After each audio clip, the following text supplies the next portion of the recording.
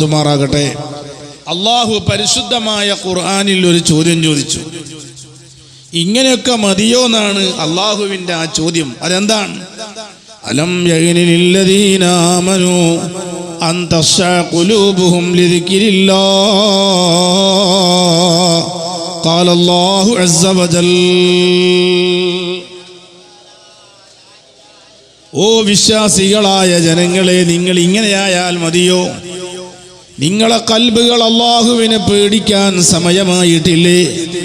അള്ളാഹുവിൻ്റെ പരീക്ഷണങ്ങൾ കണ്ടില്ലേ? ഈ സാഹചര്യങ്ങളെല്ലാം കാണുമ്പോൾ നിങ്ങളുടെ ഈ നിലയിലുള്ള പോക്ക് മതിയാകുമോ? അള്ളാഹുവിനെ പേടിക്കാൻ നിങ്ങൾക്ക് സമയമായിട്ടില്ലേ? ഇന്ന് കൊച്ചിയിലും ഭൂകമ്പം ഉണ്ടായിരിക്കുകയാണ്. ഒരുപാട് രാഷ്ട്രങ്ങൾ ഒന്നിച്ച് ഭൂകമ്പമുണ്ടായിരിക്കുകയാണ്. നേപ്പാളിൽ ഇന്നത്തെ ഭൂകമ്പത്തിൽ 35 പേര് മരിക്കുകയും മരണസംഖ്യ ഇനിയും കൂടുമെന്ന് ഇന്നത്തെ ഭൂകമ്പത്തെ റിപ്പോർട്ട് ചെയ്തിരിക്കുകയാണ്. ഇന്ത്യ രാജ്യത്തിലെ ഒറീസ ഉൾപ്പെടെ പല സംസ്ഥാനങ്ങളിലും ഭൂകമ്പം നടന്നിരിക്കുകയാണ്. ഇതെല്ലാം പറയുമ്പോൾ നിങ്ങൾ ഇന്ന് ഇമാം ഷാഫിഈ തങ്ങളെ വഅദ് കേൾക്കാൻ വരുമ്പോൾ, അവിടുത്തെ ആണ്ടിന് വരുമ്പോൾ ഈ മജ്ലിസ് നിങ്ങളൊന്ന് കേൾക്കണം. ആധുനികമായ ടെക്നോളജികൾ പുരോഗമിച്ച കാലമാ, ഭൗതികമായ സൗകര്യങ്ങൾ പെരുകിയ കാലമാ. എവിടെയോ ഒരു സംഭവം നടന്നാൽ ലോകത്തെമ്പാടുമുള്ള സ്ഥലത്ത് ഷെയർ ചെയ്യാനുള്ള സംവിധാനമാ. അത്രയൊക്കെ ഭൗതികമായ പുരോഗതികൾ നടന്നിട്ട് പോലും ഇവിടെ 10,000 മരിച്ച ഭൂകമ്പത്തെ കുറിച്ച് പറയാൻ, ഇവിടത്തെ പരീക്ഷണങ്ങളെ കുറിച്ച് പറയാൻ ഇന്നത്തെ ഭൗതിക ലോകത്തിന് സാധ്യമല്ല. അള്ളാഹുവിനെ പേടിയില്ലാതെ നമ്മൾ ഇങ്ങനെയൊക്കെ നടക്കാനുള്ള കാരണം, ഇവിടെ ഇന്നാലിന്ന സൗകര്യമുണ്ടല്ലോ, ഇന്നാലിന്ന സൗകര്യമുണ്ടല്ലോ എന്ന ആശ്വാസമാ. പഴയ കാലത്തെ ആളുകൾ അവർക്ക് എന്ത് പ്രശ്നങ്ങൾ സംഭവിച്ചാലും അള്ളാഹുവിലേക്ക് മടങ്ങണം, സ്വാലിഹീങ്ങളുമായി ബന്ധപ്പെടണം, അള്ളാഹുവിന്റെ മഹാത്മാക്കളെ മുൻനിർത്തി ദുആ ചെയ്യണം, നല്ല നല്ല ദിക്ർ സ്വലാത്തുകളിൽ പങ്കെടുക്കണം എന്ന ചിന്ത വരെ കൽബിലേക്ക് വന്നത് അന്ന് ടെക്നോളജി ഇല്ല. അന്ന് ഏത് കാര്യം വരുമ്പോഴും ഓടിച്ചെല്ലാൻ മഹാത്മാക്കളായിരുന്നു.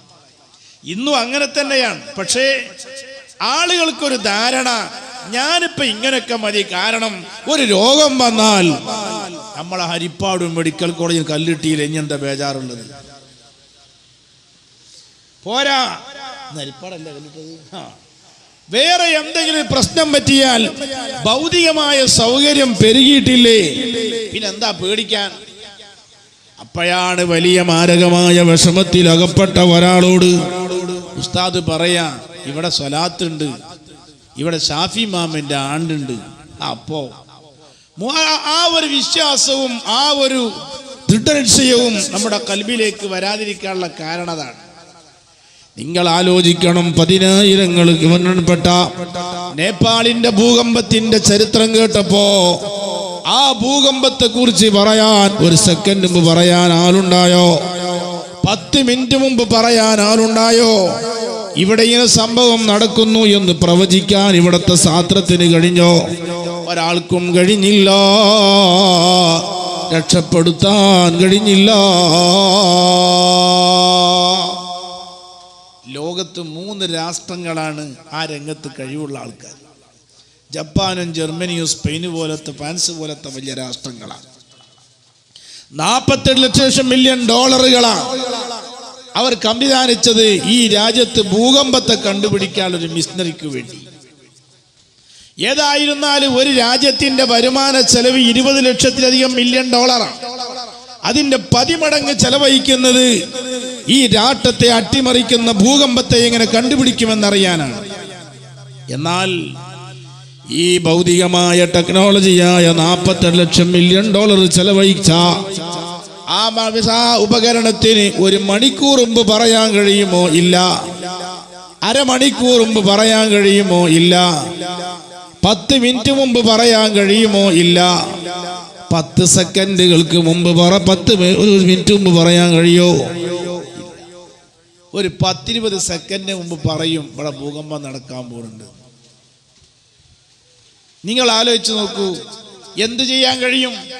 വല്ല കോഴിയെ വളർത്തിക്കൂടെ? വല്ല നാൽക്കാലിയെ വളർത്തിക്കൂടെ? അവർ നമ്മേക്കാ വിവേകമുള്ളവരല്ലേ?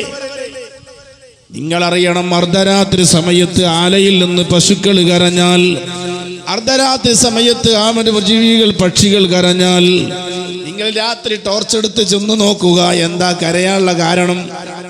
വല്ല ഉറുമ്പുകളോ ശല്യങ്ങളോ ഉണ്ടോ? എന്നാ അതുകൊണ്ടാ കരയുന്നത്. ഒരു അപകടവും കാണുന്നില്ല. അർദ്ധരാത്രി ആടുകളോ പശുക്കളോ കരയുന്നത് കണ്ടാൽ ഇവിടുത്തെ ഭൗതിക ലോകം പറയുകയാണ്, നിങ്ങൾ എത്രയും പെട്ടെന്ന് ഫ്ലാറ്റുകളിൽ നിന്ന് ഓടുക, ബിൽഡിങ്ങിൽ നിന്ന് ഇറങ്ങുക, ഇവിടെ വലിയൊരു സ്പന്ദനം നടക്കാൻ പോകുകയാണ്. ഇവിടെ ഭൂമിക്ക് മനുഷ്യനറിയാത്ത സ്പന്ദനങ്ങളാണ്. ഈ രാജ്യത്ത് നടക്കാൻ പോകുന്ന ഭൂകമ്പങ്ങളും ദുരന്തങ്ങളും മനുഷ്യനറിയുന്നതിൻ്റെ അരമണിക്കൂർ മുമ്പ് നാൽക്കാലികൾക്ക് മെസ്സേജ് വരുന്നതോ. ഷഹീദൽ ജീമാലു വലബ്ബു ഐതു മസ്തലബദ്റു മദീന ശിഫാൻ അൻത റസൂലുള്ളാഹി വസ്സലാം. നാൽക്കാലികൾക്ക് മെസ്സേജ് കിട്ടുന്നതാണ്. അതുകൊണ്ടാണ് ലോകത്തിന്റെ നേതാവായ അഷ്റഫുൽ വറ സയ്യിദുനാ മുത്തു റസൂലുള്ളാഹി അല്ലാഹുവിന്റെ ഹബീബ് പറയാ, ഞാൻ ആട് നോക്കുന്ന ആളാണ്, ആട്ടിടയനാണ്. അവിടെ നിന്ന് പറഞ്ഞു, സഹാബത്ത് ചോദിച്ചു, നബിയേ മാമിൻ നബിയിൻ ഇല്ലാ റഅൽ ഗനം, ആട് നോക്കാത്ത ഒരു പ്രവാചകനും ഇല്ല. മുത്തുനബിയോട് ചോദ്യം, നബിയെ തങ്ങളും ആട് നോക്കിയിട്ടുണ്ടോ? ഞാനും ആട്ടിടയനായി ജീവിച്ച ആളാണ്, ഞാൻ ആട് മേക്കുന്ന ആളാ. ആടിനെ മേക്കാൻ നബിക്ക് പൂതി, അലിമയോടാ ഇക്കാര്യമോദി. പോകണ്ട മോനെ കാട്ടിൽ പോകണ്ട മോനെ, പോകണ്ട മോനെ കാട്ടിൽ പോകണ്ട മോനെ.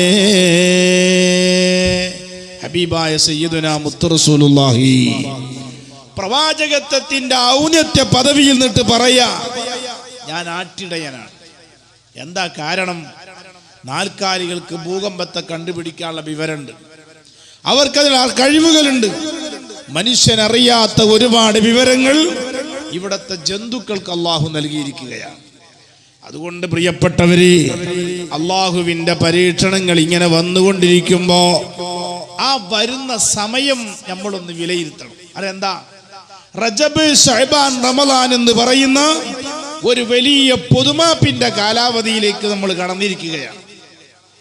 അപ്പോഴാ ഉസ്താദ് ഇവിടെ ഷാഫി ഇമാമിന്റെ ആണ്ട് നടത്ത് വെറുതെയല്ല, ഈ മാസത്തെ പോലെ സ്തുതിക്കേണ്ട ഒരുപാട് സ്വാലിഹീങ്ങളുണ്ട്. ഇൻഷാ അല്ലാഹ് നാളെ ആ മഹാത്മാക്കളെ കുറിച്ചൊക്കെ സംസാരിക്കും. റജബും ശഅബാനും റമളാനും ഒരു പൊതുമാപ്പിന്റെ കാലാവധിയാ. എന്താ പൊതുമാപ്പ് എന്ന് പറഞ്ഞാൽ? ഗൾഫേശ രാജ്യത്ത് ഒരാളെ പാസ്പോർട്ട് ക്ലിയർ അല്ല, ഒരാളെ വിസയും ക്ലിയർ അല്ല, അയാളെ റെക്കോർഡുകൾ ശരിയല്ല, ഏത് നിമിഷവും അയാളെ പിടിച്ചാൽ ജയിലിലേക്ക് പോകേണ്ടവനാ. അയാൾ ഒളിഞ്ഞു ജീവിക്കുകയോ. ഭാര്യയുടെ ശബ്ദം കേട്ടാൽ അയാൾ പൊട്ടിക്കരയും, മക്കളെ ശബ്ദം കേട്ടാൽ അയാൾ പൊട്ടിക്കരയും. കാരണം അയാൾക്ക് നാട്ടിലേക്ക് പോരാൻ കഴിയുന്നില്ല. ആ സമയത്താണ് ആ രാജ്യത്തിന്റെ ഭരണാധികാരി ഒരു പൊതുമാപ്പ് പ്രഖ്യാപിച്ചാൽ 1-2 മാസക്കാലങ്ങളാണ്. ആ മാസക്കാലത്തിൽ അയാൾ എംബസിയിൽ ചെല്ലുക, കൗൺസിലേറ്റിൽ ചെല്ലുക, അയാൾ കുറ്റമേറ്റ് പറയുക. ഒമാൻ പൊതുമാപ്പ് പ്രഖ്യാപിച്ചിരിക്കുകയാണ്, ഖത്തർ പ്രഖ്യാപിക്കാൻ പോവുകയാണ്. അപ്പോ എന്താ ചെയ്യേണ്ടത്? ഈ കുറ്റവാളിയായ മനുഷ്യൻ അയാൾ എംബസിയിൽ ചെല്ലണം, കൗൺസിലേറ്റിൽ ചെല്ലണം, എന്നിട്ട് പറയണം, ഞാൻ പാസ്പോർട്ട് ഇല്ലാത്തവനാ, ഞാൻ വിസയില്ലാത്തവനാ, ഞാൻ രേഖയില്ലാത്തവനാ, ഞാൻ സ്പോൺസർ ഇല്ലാത്തവനാ, ഞാൻ ചാടിപ്പോന്നവനാ എന്നയാൾ കുറ്റസമ്മതം നടത്തിയാൽ അയാളെ സുഖമായി നാട്ടിലെത്തിക്കാൻ എല്ലാ ഗവൺമെന്റുകളും തയ്യാറാണ്. ഇതുപോലെ അള്ളാഹു കൽപ്പിച്ച പല കാര്യങ്ങളും ചെയ്തിട്ടില്ല, അള്ളാഹു വിരോധിച്ച പല തെറ്റുകുറ്റങ്ങളും ചെയ്ത ആളാണ്. ഇന്നു രാത്രി മരണപ്പെട്ടാൽ റബ്ബിന്റെ അതികഠോരമായ നരകത്തിൽ കിടക്കേണ്ടവരാണ്. അയാൾ ഇന്ന് മരണപ്പെട്ടാൽ അള്ളാഹു പുറത്തു കൊടുക്കാതെ തെറ്റ് ചെയ്ത ആളാണ്. അയാൾ എന്തു ചെയ്യണം? ഈ പൊതുമാപ്പ് കിട്ടുമ്പോ അയാൾ നല്ല നല്ല മജ്‌ലിസ് കണ്ടാൽ, നല്ല നല്ല അവസരങ്ങൾ കിട്ടിയാൽ അയാൾ അള്ളാഹുവിന്റെ മുന്നിൽ ചെന്ന് പറയണം, അല്ലാ എനിക്കൊന്ന് മാപ്പ് തരണേ അല്ലാ, പുറത്തു തരണേ അല്ലാ. ആ ഒരു കുറ്റസമ്മതം അയാൾ അള്ളാഹുവിന്റെ മുന്നിൽ നടത്തിയാൽ അയാൾക്ക് രക്ഷപ്പെടുന്ന പൊതുമാപ്പിന്റെ കാലാവധിയാണ് റജബും ശഅബാനും റമളാൻ. അതുകൊണ്ടാണ് ഹബീബായ സയ്യിദുനാ മുത്തു റസൂലുള്ളാഹി ഈ റജബിൽ ബർക്കത്ത് നൽകാൻ പ്രത്യേകം ദുആ ചെയ്യുകയാണ്. അപ്പോഴാണ് അള്ളാഹുവിന്റെ ഒരു ചോദ്യം, ഇങ്ങനെയൊക്കെ മതിയോ? കണ്ടറിഞ്ഞില്ലെങ്കിൽ കൊണ്ടറിയേണ്ടി വരും. അതാണ്, ഇങ്ങനൊക്കെ മതിയോ? നിങ്ങൾ ആലോചിക്കൂ പ്രിയപ്പെട്ടവരെ, എങ്ങനെ മതിയോ? അള്ളാഹു നമുക്ക് ഒരുപാട് നിഅ്മത്തുകൾ തന്നവരാ. ആ നിഅ്മത്തിന് അള്ളാഹ്ക്ക് നന്ദി ചെയ്തിട്ടില്ല. നല്ല കാഴ്ചയുള്ള കണ്ണ് തന്ന റബ്ബാ, കാല് തന്ന റബ്ബാ, കയ്യ് തന്ന റബ്ബാ, കാല് തന്ന അല്ലാഹുവാ. ആ നിഅ്മത്തിന്റെ വലുപ്പം അറിഞ്ഞിട്ടുണ്ടോ?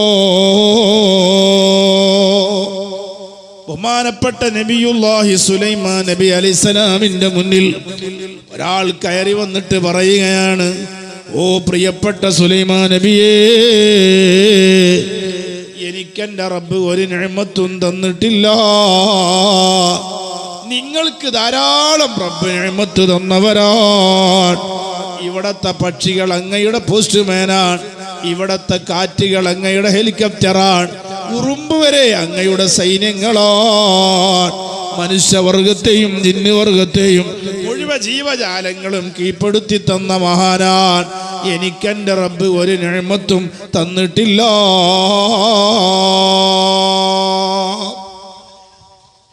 സുലൈമാൻ നബി അലൈഹിസ്സലാമിന് തോന്നി, അള്ളാഹു ഈ മനുഷ്യന് ചെയ്തു കൊടുത്ത നിഅ്മത്തുകളൊന്ന് കാണിച്ചു കൊടുക്കണം.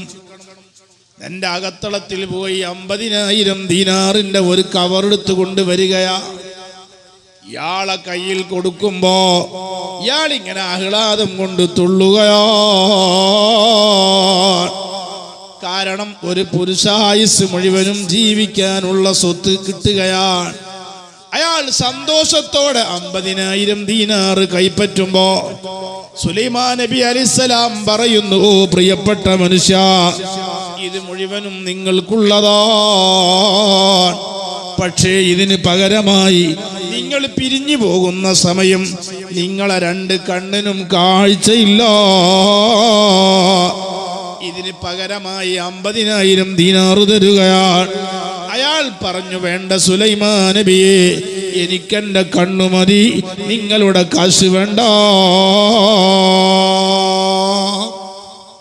സുലൈമാൻ നബി ചോദിച്ചു, അല്ല നിന്റെ കൈ തരുമോ, കാല് തരുമോ, എന്തെങ്കിലും അവയവം തരുമോ? അയാൾ പറഞ്ഞു, എനിക്കെന്റെ റബ്ബ് തന്ന കണ്ണു മതി, എനിക്കെന്റെ റബ്ബ് തന്ന കൈ മതി, എനിക്കെന്റെ റബ്ബ് തന്ന കാല് മതി, നിങ്ങളെ കാശ് എനിക്ക് വേണ്ട. സുലൈമാൻ നബി അലൈഹിസ്സലാം പറയുന്നു, പ്രിയപ്പെട്ട മനുഷ്യ, നിങ്ങളല്ലേ പറഞ്ഞു എനിക്കെന്റെ റബ്ബ് ഒരു നിഅ്മത്തും തന്നിട്ടില്ല. നിങ്ങളെ ഓരോരോ അവയവത്തിനും ഞാൻ 50,000 വില പറഞ്ഞിട്ടില്ലേ? അപ്പോഴാണ് അയാൾ അള്ളാഹു കണ്ട നിഅ്മത്തിനെ മനസ്സിലാക്കിയത്. ഇമാമുന ശാഫിഈ തങ്ങളെ സ്മരിക്കുന്ന ഈ മജ്ലിസിന് വന്നവരെ, അള്ളാഹു തന്ന നിഅ്മത്തുകൾ നമുക്കൊന്ന് വിലയിരുത്താം. എന്നിട്ട് നമ്മളൊന്ന് ആലോചിക്കുക, ഞാൻ ഇങ്ങനെയായാൽ മതിയോ? ഒന്നാമതായി എൻ്റെ റബ്ബ് എനിക്ക് നല്ല കാഴ്ചയുള്ള കണ്ണ് തന്നവരാ. എൻ്റെ പ്രായക്കാരായ എത്രയെത്ര ആളുകൾക്ക് കണ്ണിന് കാഴ്ച കൊടുത്തിട്ടില്ല. അവർ മാന്യമായ തറവാട്ടിൽ ജനിച്ചവരാ. അവർ ബസ് സ്റ്റാൻഡുകളും തെരുവീതികളും കൈനീട്ടി യാചിക്കുകയോ കണ്ണെന്നാനുഗ്രഹം ദൈവം നിങ്ങൾക്ക് തന്നില്ലേ കണ്ണില്ല പാവത്തെ കണ്ടില്ലെന്ന് നാടിക്കല്ലേ ഫമാലിയൈനൈക ഇൻ ഖുൽതക്ഫു ഫഹമതാ വമാലി ഖൽബിക ഇൻ ഖുൽതസ്തഫിഖിയഹി മൗലായ സല്ലി വസല്ലിം ദായിമൻ അബദാ.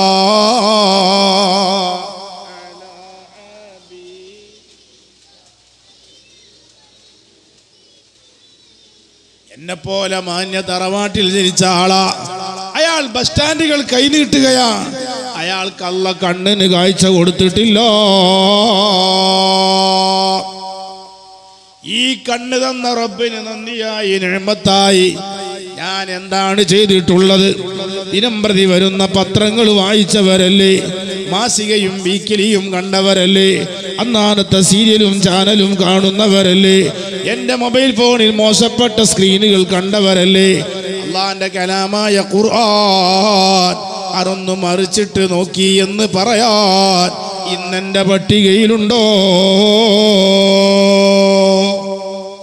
നിങ്ങൾ ആലോചിച്ച്, അള്ളാഹു തന്ന കണ്ണ്, പല തർക്കവും ഗ്രൂപ്പൊക്കെ ലോകത്തുണ്ടെങ്കിലും ഖുർആന്റെ കാര്യത്തിൽ തർക്കമില്ലല്ലോ. നിങ്ങൾ ആരെങ്കിലും അള്ളാന്റെ കലാമായ ഖുർആൻ മറിച്ച് നോക്കിയിട്ട് എത്ര ദിവസമായി? ഇങ്ങനെ മതിയോ നമ്മള്? നിങ്ങൾ ആലോചിക്കുക. ഞാൻ പത്രം നോക്കാറില്ലേ, മാസിക വായിക്കാറില്ലേ, സീരിയലും ചാനലും കാണാറില്ലേ?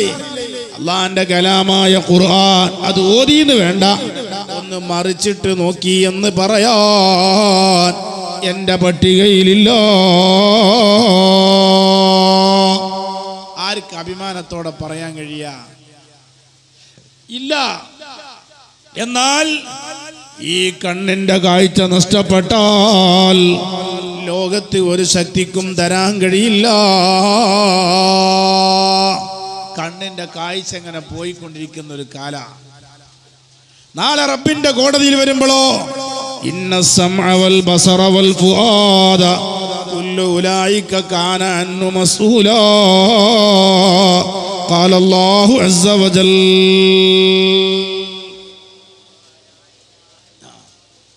ഞാൻ ചിലയിടത്തൊക്കെ ഖാല അല്ലാഹു പറഞ്ഞു നോക്കല് പഴയ ആൾക്കാരുണ്ടോ നോക്കാനാണ്. ഇവിടെ നല്ല പഴയ ആൾക്കാരല്ല സ്ഥലം, ഇവിടെ പഴയ വേള വേണ്ട. അള്ളാഹു ഈ നാടിന് അള്ളാഹു ബർക്കത്ത് നൽകുമാറാകട്ടെ. ചില നാട്ടിലൊക്കെ വേള് പറയാൻ വന്ന് കാലല്ലാഹു അസ്സ വജൽ എന്നാൽ ആളുകളൊക്കെ മുഖത്തേക്ക് ഇങ്ങനെ നോക്കുക, എന്താ പൈ ഉസ്താദ് പറയണത്? അവരറിയില്ല. വന്നിരായ ഖലീദങ്ങളെ ഞാൻ കഴിച്ച് കണ്ടപ്പോൾ ഫ്രാൻസിൽ പോയപ്പോൾ അവിടൊക്കെ വയലിലിങ്ങനെ കാലല്ലാഹും അള്ളാന്റെ പേരും മുത്തുനബിന്റെ പേരൊക്കെ കേട്ടാൽ അവിടെയുള്ള ആളുകൾ ആവേശം കണ്ടാൽ കേരളത്തിലൊന്നും സുന്നികളില്ല എന്ന് പറയണം. പഴയ കാലങ്ങൾ അങ്ങനെയാണ്. അപ്പോൾ വയലിന്റെ ഒരു ഫലവും ഒരു ബർക്കത്തൊക്കെ ഉണ്ടാവും. ഞാൻ പറഞ്ഞു കൊണ്ടുവരുന്നത് സൂറത്തു തബാറക ഉൾപ്പെടെ അല്ലാഹ് പഠിപ്പിക്കുകയാ, ഇന്ന സമഅ വൽ ബസറ വൽ ഫുആദ കുല്ലു ഉലൈക കാന അൻഹു മസ്ഊലാ. തീർച്ചയായും നിന്റെ കാതുകളും നിന്റെ കണ്ണുകളും അതേ പ്രകാരം നിന്റെ ഹൃദയങ്ങളും അള്ളാഹു ചോദ്യം ചെയ്യും. ആ നിഅമത്തിന് നന്ദി രേഖപ്പെടുത്തിയിട്ടുണ്ടോ എന്ന് പറയാതെ നിനക്ക് രക്ഷപ്പെടാൻ കഴിയില്ല. ഞാൻ സിനിമക്കാരനായത് എൻ്റെ കണ്ണിന് കാഴ്ചയുണ്ടായതിൻ്റെ പേരിലാ. ഞാൻ സീരിയലുകാരനായത് കണ്ണിന് കാഴ്ചയുണ്ടായതിൻ്റെ പേരിലാ. ഞാൻ ഇന്ന് സ്പോർട്സുകൾ കണ്ട് ആസ്വദിച്ചത് എൻ്റെ കണ്ണിന് കാഴ്ചയുണ്ടായതിൻ്റെ പേരിലാ.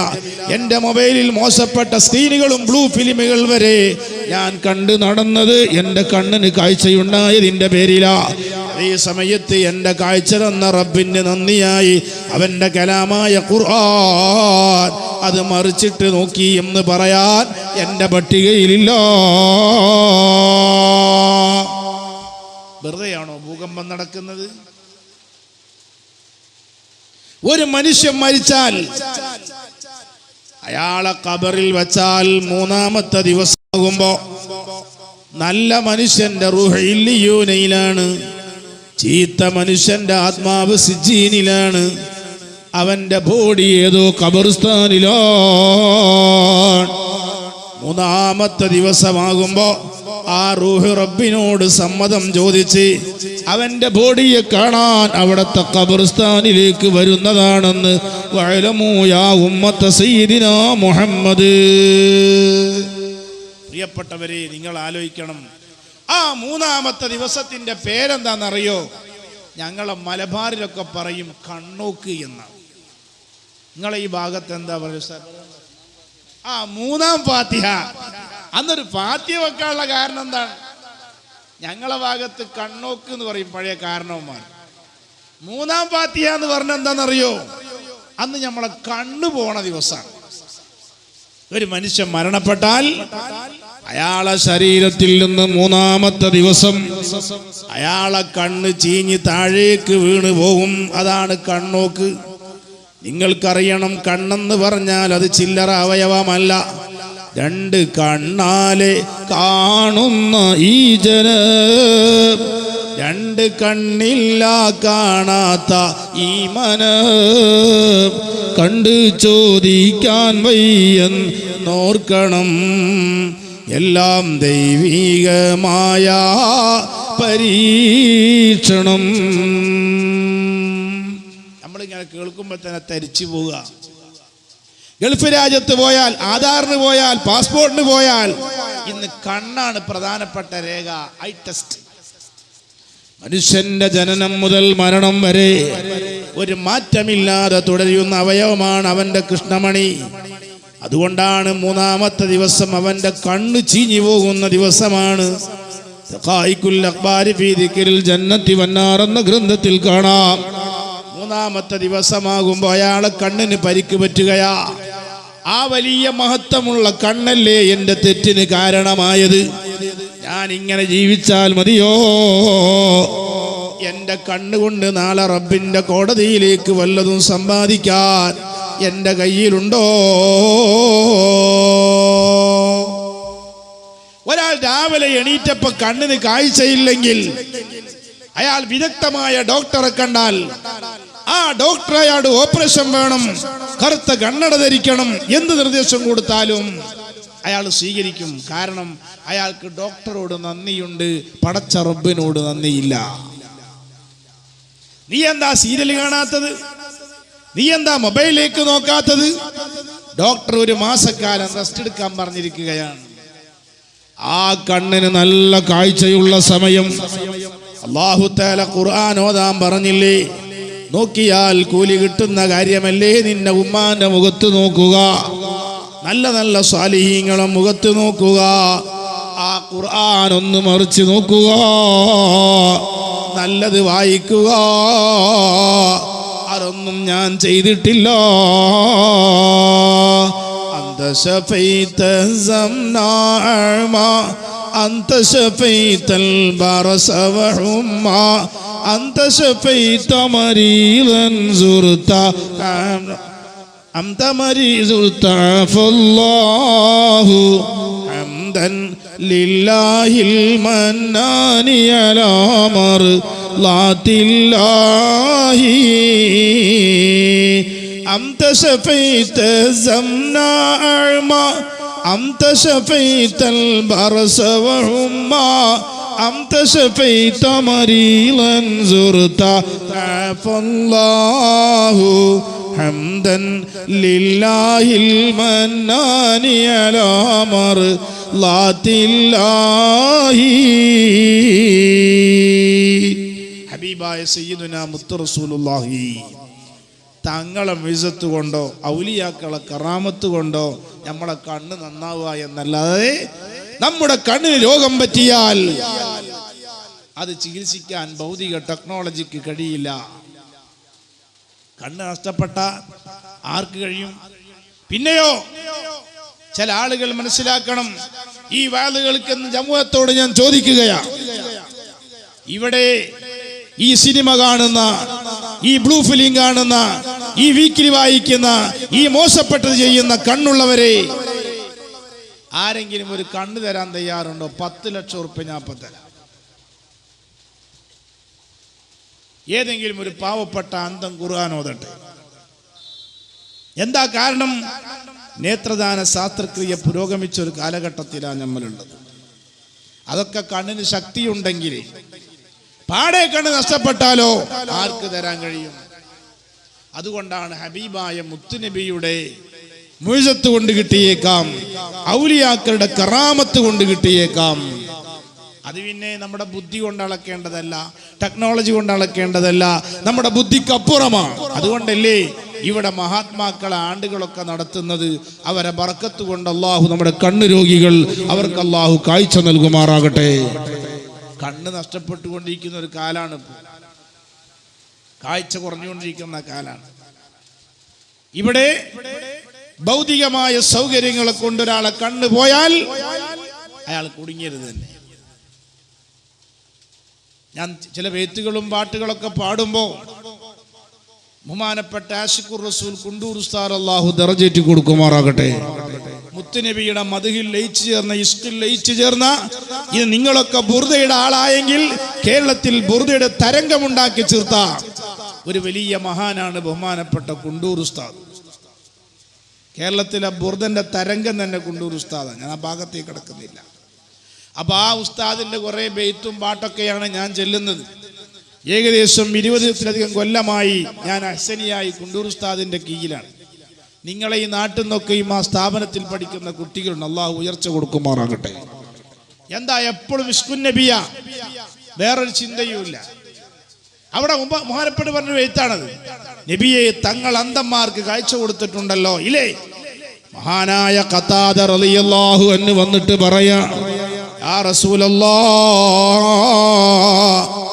അങ്ങയുടെ സെക്യൂരിറ്റിയായി പ്രവർത്തിച്ചതിന്റെ പേരിൽ അമ്പ് തട്ടിയിട്ട് എന്റെ കണ്ണ് നഷ്ടപ്പെട്ടു പോയി.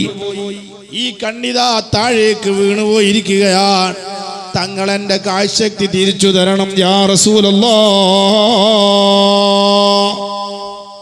അല്ലാഹുവിന്റെ നബി പറഞ്ഞു, ഏ ഖതാദ, ഒന്ന് ക്ഷമിച്ചുകൂടെ നിനക്ക്?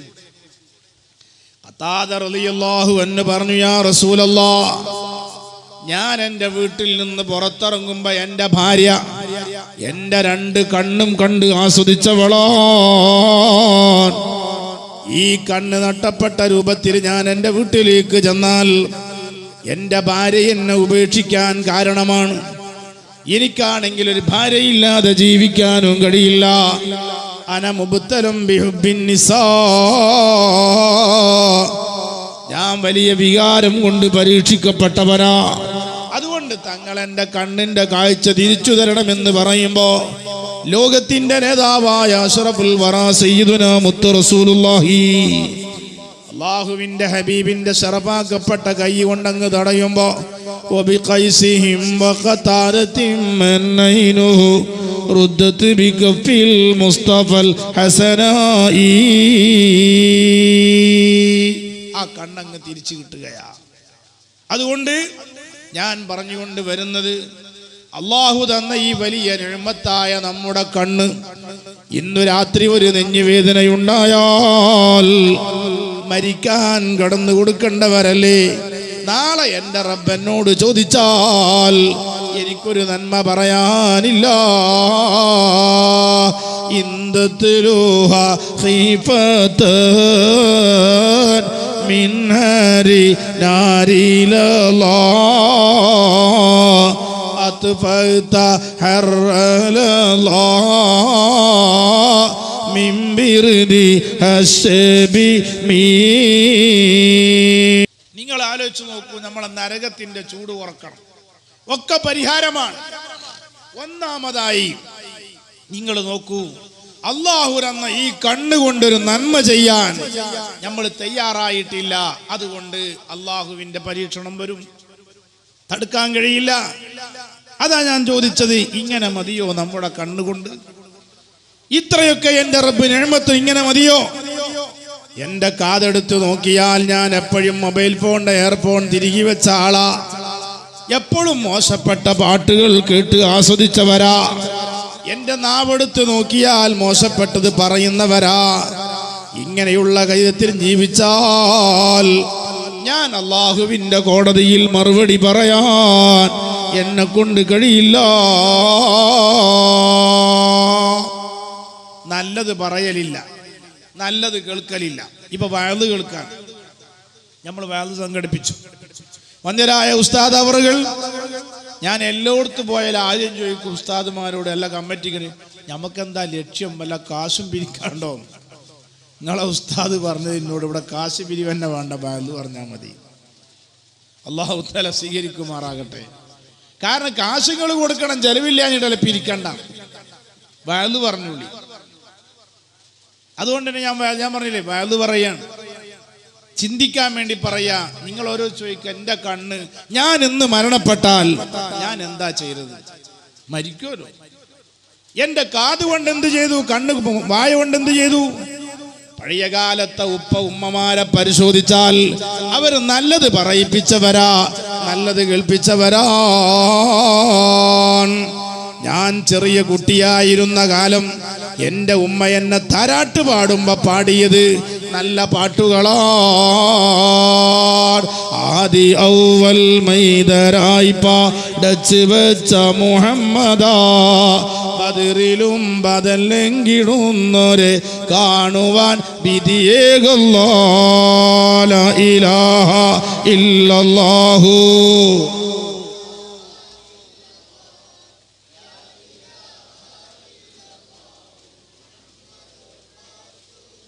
ഞാൻ കുണ്ടു ഉസ്താദ് വയല് പറയുമ്പോൾ ഇങ്ങനെ ബെയ്ത്തില് ഉസ്താദ് പറയാം, നിങ്ങൾ ഇന്ന് വയല് കഴിഞ്ഞ് പോയാലും നിങ്ങളെ മനസ്സിൽ ഈ ബെയ്ത്തും പാട്ടും ഇങ്ങനെ വരും.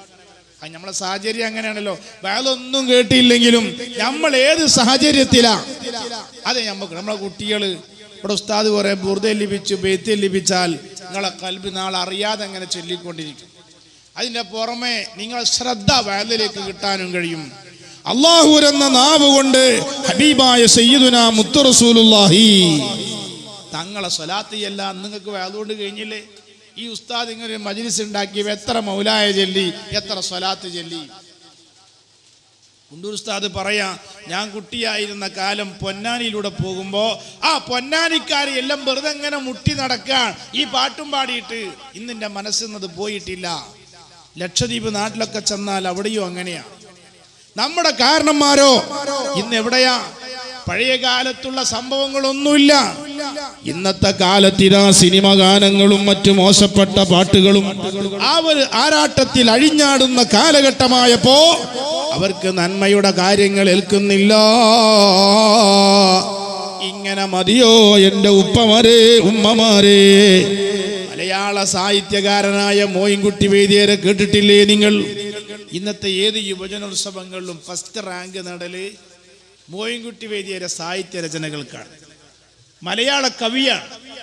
ഇവിടെ സർക്കാർ ഒരുപാട് പുരസ്കാരങ്ങൾ നൽകിയ ആളാണ്. ആ മോയിൻകുട്ടി വൈദ്യരെ ഒസുബത്ത് ബദറുൽ കുബറ കേൾക്കാത്ത ആൾക്കാരുണ്ടാവില്ല. ഇവിടെ ഒന്നും അങ്ങനത്തെ കാരണന്മാർ ഉസ്താദെ, ആ കാരണന്മാരെ കേൾക്കണം പാട്ടൊക്കെ.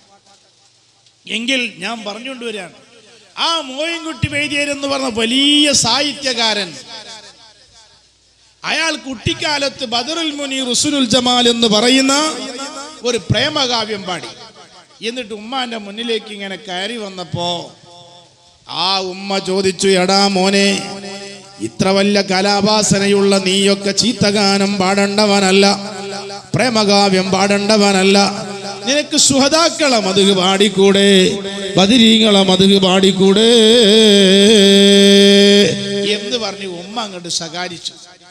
പഴയ കാലത്തെ ഉമ്മമാരുടെ ഏറ്റവും വലിയ സ്ഥിതി അതാണ്. ഏത് മോശപ്പെടും മോനെ, സുബഹിക്കരിക്കാതെ കിടക്കാൻ പാടില്ല, മോനെ ചീത്തഗാനം പാടാൻ പാടില്ല. ഇന്ന് എവിടെയാ? അടുക്കളയിൽ ജോലി ചെയ്യുന്ന ഉമ്മ തന്റെ അടുക്കള താളമേളങ്ങൾ മൊബൈലിന്റെ പാട്ടിനൊത്ത് തുള്ളുന്ന ഒരു കാലഘട്ടമാണ്. തന്റെ കുട്ടികൾ മടി കാണിച്ചാൽ, ഭക്ഷണം കഴിക്കാൻ മടി കാണിച്ചാൽ, മറ്റെന്തെങ്കിലും ശഠ്യം പിടിച്ചാൽ ഉമ്മ പറയും, മോനെ ഞാൻ പാട്ട് വെച്ച് തരാം, വീഡിയോ ഓണാക്കി തരാം. അപ്പൊ നിങ്ങൾ നോക്കൂ, ഇങ്ങനെയല്ലേ മക്കളെ കേടുവരുത്തിയത്? ആ കാലഘട്ടത്തിൽ സാഹിത്യകാരനായ മോയിൻകുട്ടി വൈദ്യരോട് തന്റെ ഉമ്മ പറഞ്ഞു, എടാ നിനക്ക് പാട്ട് പാടാൻ കഴിവുണ്ടെങ്കിൽ നീ ഏതെങ്കിലും പ്രേമകാവ്യം പാടേണ്ടവനല്ല. നിനക്ക് ഔലിയാക്കളെ മദ്ഹ് പാടിക്കൂടെ, ബദരീങ്ങളെ മദ്ഹ് പാടിക്കൂടെ എന്ന് പറഞ്ഞ് ഉമ്മയുടെ ശകാരം കൊടുത്തപ്പോ ആ സാഹിത്യകാരനായ മോയിൻകുട്ടി വേദിയാർ തന്റെ ബദൽ മുന്നിൽ സുനുൽ ജമാലിന് പ്രായശ്ചിത്തം എന്നോളം ഉസുവത്ത് ബദറുൽ കുബറ എന്ന് ബദർ കിസ്സപ്പാട്ട് രചിച്ചിട്ട് ഉമ്മാന്റെ മുന്നിലേക്ക് കയറി വരികയാണ്. ഉമ്മ ബദറുൽ ഹുദാ യാസീനൻ നബി ഖറജായന്നേര് ബളർകോടി മൂണ്ടെണ്ണം കേട്ടിടയതിലൊന്ന് അബിയല് വർണ്ണമതാം പിന്നണ്ടും അസ്വദുമാമേ ഷഹറുകളിൽ പോരീശ മികും റമളാനീരാരോ ഷറഫുടയേ തിങ്കൾ യൗമിനിലരികോരോ ഖറജോട് ശൈലെഴുന്നള്ളീടേ തിരുനബി തങ്ങൾ. ആ ഉമ്മാന്റെ വെറുപ്പാണ് തീർന്നു പോയി. നിങ്ങൾ ആലോചിച്ച് നോക്കൂ, നമ്മളെ മക്കൾ ഇന്ന് ഇങ്ങനെ മതിയോ? ബാപ്പ വേണ്ട, ഉമ്മ വേണ്ട, ഒരു പ്രണയലോകത്ത് ജീവിക്കുന്ന ഒരു കാലഘട്ടമായില്ലേ? എന്തുകൊണ്ടാ? കുണ്ടൂർ ഉസ്താദുള്ള കാലത്ത് പറയും, പഴയ ഏട് കിതാബുകൾ, മൗലീദ് കിതാബുകൾ ഇല്ലാത്ത വീടുകളില്ല. ആദ്യ അമൈത്തെ എന്നുള്ള പാട്ട് പാടാത്ത ഒരു ഉപ്പി ഉമ്മയില്ല. എന്താ ആദ്യ അമൈത്തെ? ഇന്നും നമ്മളെ മൗലവി കിതാബ് എടുത്തു നോക്കിയ കാണാണ്. ആദ്യ അമൈത്തെ നൂറുല്ലാഹ് അഹ്മദ് നബിയിൽ സല്ലല്ലാഹ് ആദരവായ റസൂലുള്ളാഹ് ആമന്ന ബിറസൂലില്ലാഹ് ലാ ഇലാഹ ഇല്ലല്ലാഹ്.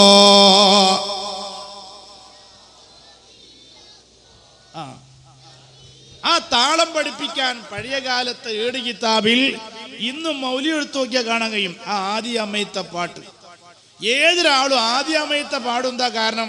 ലാ ഇലാഹ ഇല്ലല്ലാഹയുടെ താളമേളം കൽബിൽ ഉറപ്പിച്ചു കൊടുക്കണം കേട്ടാണ്. ബദറിലും മുഹദിലും ശോഭനബി ആമീന തന്റെ പൊന്നുസുബി ബദറുൽ ആമീനായി വന്ന നബി ആമന്ന ബിറസൂലില്ലാഹ്. പ്രിയപ്പെട്ടവരെ, നമ്മളെ പോക്ക് ശരിയല്ല. അതുകൊണ്ടാ ഉസ്താദ് നിങ്ങൾക്ക് വിഷയം വെച്ചത് ഇങ്ങനെ മതിയോ, ഇത് മതിയോ? ഉമ്മയുടെ കഥ എന്താ? ആറ്റുനോറ്റ് പോറ്റി വളർത്തുന്ന ഉമ്മയെ വെറുക്കുന്ന ഒരു കാലഘട്ടമായി മാറിയില്ലേ? ബാലിനൊക്കെ പോയാൽ അധിക ലീസ്റ്റും ഉസ്താദെ മക്കളെ കൊണ്ട് ഇടങ്ങാറായി എന്ന ലീസ്റ്റ് അല്ലാതെ വായിച്ചിട്ടില്ല. ഞാൻ കഴിഞ്ഞ മാസം ഉംറക്ക് പോകുമ്പോൾ ഒരു ഉമ്മ എന്നോട് ദ്വാരപ്പിച്ചു, ഉസ്താദെ എൻ്റെ മോനൊന്ന് മരിക്കാൻ നിങ്ങൾ ദ്വാരക്കണം കേട്ടോ കാബത്തിന്റെ അടുത്ത് നിന്ന്. ഞാൻ ചോദിച്ചു, എന്താ അമ്മ നിങ്ങൾ അങ്ങനെ പറയാനുള്ള കാരണം? പെൻഷൻ വാങ്ങുന്ന സർക്കാർ ഉദ്യോഗമുള്ള ഒരു കുടുംബം, സാമ്പത്തികമായി വലിയ കഴിവുള്ള മക്കള് ഒക്കെ നല്ല കഴിവുണ്ട്. പക്ഷേ മകന്റെ ദുശ്ശീലം കൂടി കള്ളു കുടിച്ച് വീട്ടിൽ വന്നിട്ട് ഉമ്മാന്റെ കൗത്തിൽ ഇങ്ങനെ പിടിക്കലാ പണി. പിടിക്കൂലേ? കാരണം ആ മക്കളെ നല്ലത് ശീലിപ്പിച്ചിട്ടില്ല, ആ മക്കൾക്ക് നല്ലത് പറയിപ്പിച്ചിട്ടില്ല, നമ്മളെ കാതുകൊണ്ട് നല്ലത് കേൾപ്പിച്ചിട്ടില്ല, നാവ് കൊണ്ട് നല്ലത് പറയിപ്പിച്ചിട്ടില്ല. അപ്പൊ ഉമ്മാന്റെ സ്ഥിതി എന്താപ്പെന്ന്? ഉമ്മാന്ന് കേൾക്കാൻ ആശ്വാസത്തോടെ കേൾക്കാൻ പറ്റുന്ന മക്കളെ തന്നെ കാണാൻ കഴിയുന്നില്ല. ഇന്നത്തെ കഥ എന്താ? ഉമ്മയെന്ന മധുമൊഴി കേൾക്കാൻ കൊതിച്ചൊരു പെണ്ണ് തന്റെ ഉമ്മയാകും പൈതലുമൊത്ത് അണഞ്ഞല്ലോ ചാരതന്നിൽ താരാട്ടിയ കൈകൾ ഉയർത്തി കരഞ്ഞുകൊണ്ടോതിടുന്നേ പാലൂട്ടിയ മാറിടം കണ്ണീർ പുഴയായി തീർന്നിടുന്നേ പാലൂട്ടിയ മാറിടം കണ്ണീർ പുഴയായി തീർന്നിടുന്നേ. വാത്സല്യത്തോടെ ഉമ്മ എന്ന് വിളിക്കേണ്ടവർ, വാത്സല്യത്തോടെ വീട്ടിലേക്ക് വരേണ്ടവർ അവർക്ക് നല്ലത് കേൾപ്പിച്ചില്ല, നല്ലത് പറയിപ്പിച്ചില്ല, നാവ് കൊണ്ട് നന്മ ചെയ്തില്ല, കാതുകൊണ്ട് നന്മ ചെയ്തില്ല. അപ്പൊ നമ്മളെല്ലാം അനുഭവിക്കാൻ വിധിക്കപ്പെട്ടവരാ. ഇന്ന് രാത്രി മരണപ്പെട്ടാൽ അള്ളാഹു നമ്മളോട് ചോദിക്കാണ്, നിന്റെ കാതുകൊണ്ട് എന്ത് ചെയ്തു? ബാങ്ക് കൊടുക്കണ നേരത്തൊന്നും മിണ്ടാതിരിക്കാൻ ധൈര്യം വന്നിട്ടുണ്ടോ നമുക്ക്? ഒന്നും വേണ്ട, ബാങ്ക് കേട്ടാ മിണ്ടാതിരിക്കാനുള്ള ധൈര്യം ഇല്ല. നാവ് കൊണ്ട് എന്താണ് നന്മ പറഞ്ഞത്? അള്ളാഹു ചോദിക്കുന്നു സൂറത്തു തബാറക്ക വരെ. നേരത്തെ ഒരു ആയത്ത് കണ്ടില്ല, തബാറക്ക മാത്രമല്ല ഖുർആൻ ഒരുപാട് സ്ഥലത്തുണ്ട്. ഇന്ന സമഅ വൽ ബസറ വൽ ഫുആദ കുല്ലു ഉലൈക കാന അൻഹു മസ്ഊലാ ഖാല അല്ലാഹു അസ്സ വജൽ. കാതും കണ്ണൊക്കെ ചോദ്യം ചെയ്യൂലേ? അള്ള ചോദിച്ച ഈ ഇരിക്കണം, നമ്മളൊന്ന് ആലോചിക്കുക. ഞാനിപ്പോ ഇന്ന് രാത്രി കണ്ട് മരിച്ചു പോയാൽ എൻ്റെ റബ്ബ് ചോദിക്കുകയാണ്, കാത് കൊണ്ട് എന്താ ചെയ്തത്? ഇന്നലെ രാത്രി വയല് കേൾക്കാൻ പോയി എന്ന് പറയണ്ടാവൂലേ? ഖുർആൻ ഓതണ്ട, കേട്ടാ പോരെ, എന്താ പറയാൻ? ഇല്ല. പ്രിയപ്പെട്ടവരെ, ഇങ്ങനെ പോയാ മതിയോ? ഇങ്ങനെ മതിയോ നമ്മളെ കഥ? ഇനിയോ ഞാൻ വലിയ ഓട്ടക്കാരനായതും ചാട്ടക്കാരനായതും എനിക്കെന്റെ റബ്ബ് ആരോഗ്യം തന്നതിന്റെ പേരിലാ. ഒക്കെ കളിയുടെ ഒരു ലോകം, കളിയുടെ ലോകം. കളി എന്ന് പറയുമ്പോ തന്നെ നമ്മൾ ഇങ്ങനെ വെറും കളിക്കാരായാ മതിയോ? ഒരു പൂച്ച കുട്ടി കളിക്കും, പൂച്ച കളിക്കൂല. ഞങ്ങളാണ്ട കഥ അങ്ങനെയാട്ടോ. പോത്തും കുട്ടി കളിക്കും, പോത്ത് കളിക്കൂല. മൂരി കളിക്കും, മൂരിക്കുട്ടി കളിക്കൂല. മൂരിക്കുട്ടി കളിക്കും, മൂരി കളിക്കൂല. ആടും കുട്ടി കളിക്കും, ആട് കളിക്കൂല. ഇവിടെ കളിക്കല്ലോ കുട്ടികൾ കളിച്ചല്ലേ. ആടിന്റെ കുട്ടി, പൂച്ച കുട്ടി കളിക്കും, പൂച്ച കളിക്കൂല. പോത്തും കുട്ടി കളിക്കും, പോത്ത് കളിക്കൂല. ആടും കുട്ടി കളിക്കും, ആട് കളിക്കൂല. എല്ലാം വലുതായാ പിന്നെ കളിക്കൂല. കുട്ടിക്കാലത്തെ കളിക്കുന്നത്. മനുഷ്യന്മാര് വലുതാകുമ്പോ ടൗസർ ഇട്ട കളി തുടങ്ങും. നിങ്ങൾ ആലോചിച്ച് നോക്കി, മനുഷ്യനും ആൾക്കാർ വ്യത്യാസം. അങ്ങനെ അതപതിച്ചു പോയി. 5 വക്ത് നിസ്കാരം ഖളാകാര നിസ്കരിച്ചു എന്ന് പറയാൻ അവരെ പട്ടികയിലില്ല. ലോകത്തിന്റെ നേതാവായ അഷ്റഫുൽ വറാ സയ്യിദുനാ മുത്തു റസൂലുള്ളാഹി ഹബീബായ മുത്തു നബി നിസ്കരിച്ച് അവിടത്തെ കാലിൽ നീര് വരികയാ. മഹദിയായ ആയിഷ ബീവി റളിയല്ലാഹു അൻഹ വന്നിട്ട് പറയാൻ, യാ റസൂലല്ലാഹ്, നാളെ സ്വർഗത്തിന്റെ ഉദ്ഘാടന കർമ്മം നിർവഹിക്കുന്നത് തങ്ങളാണ്. മഖാമം മഹ്മൂദ് അല്ല തന്നിട്ടില്ലേ?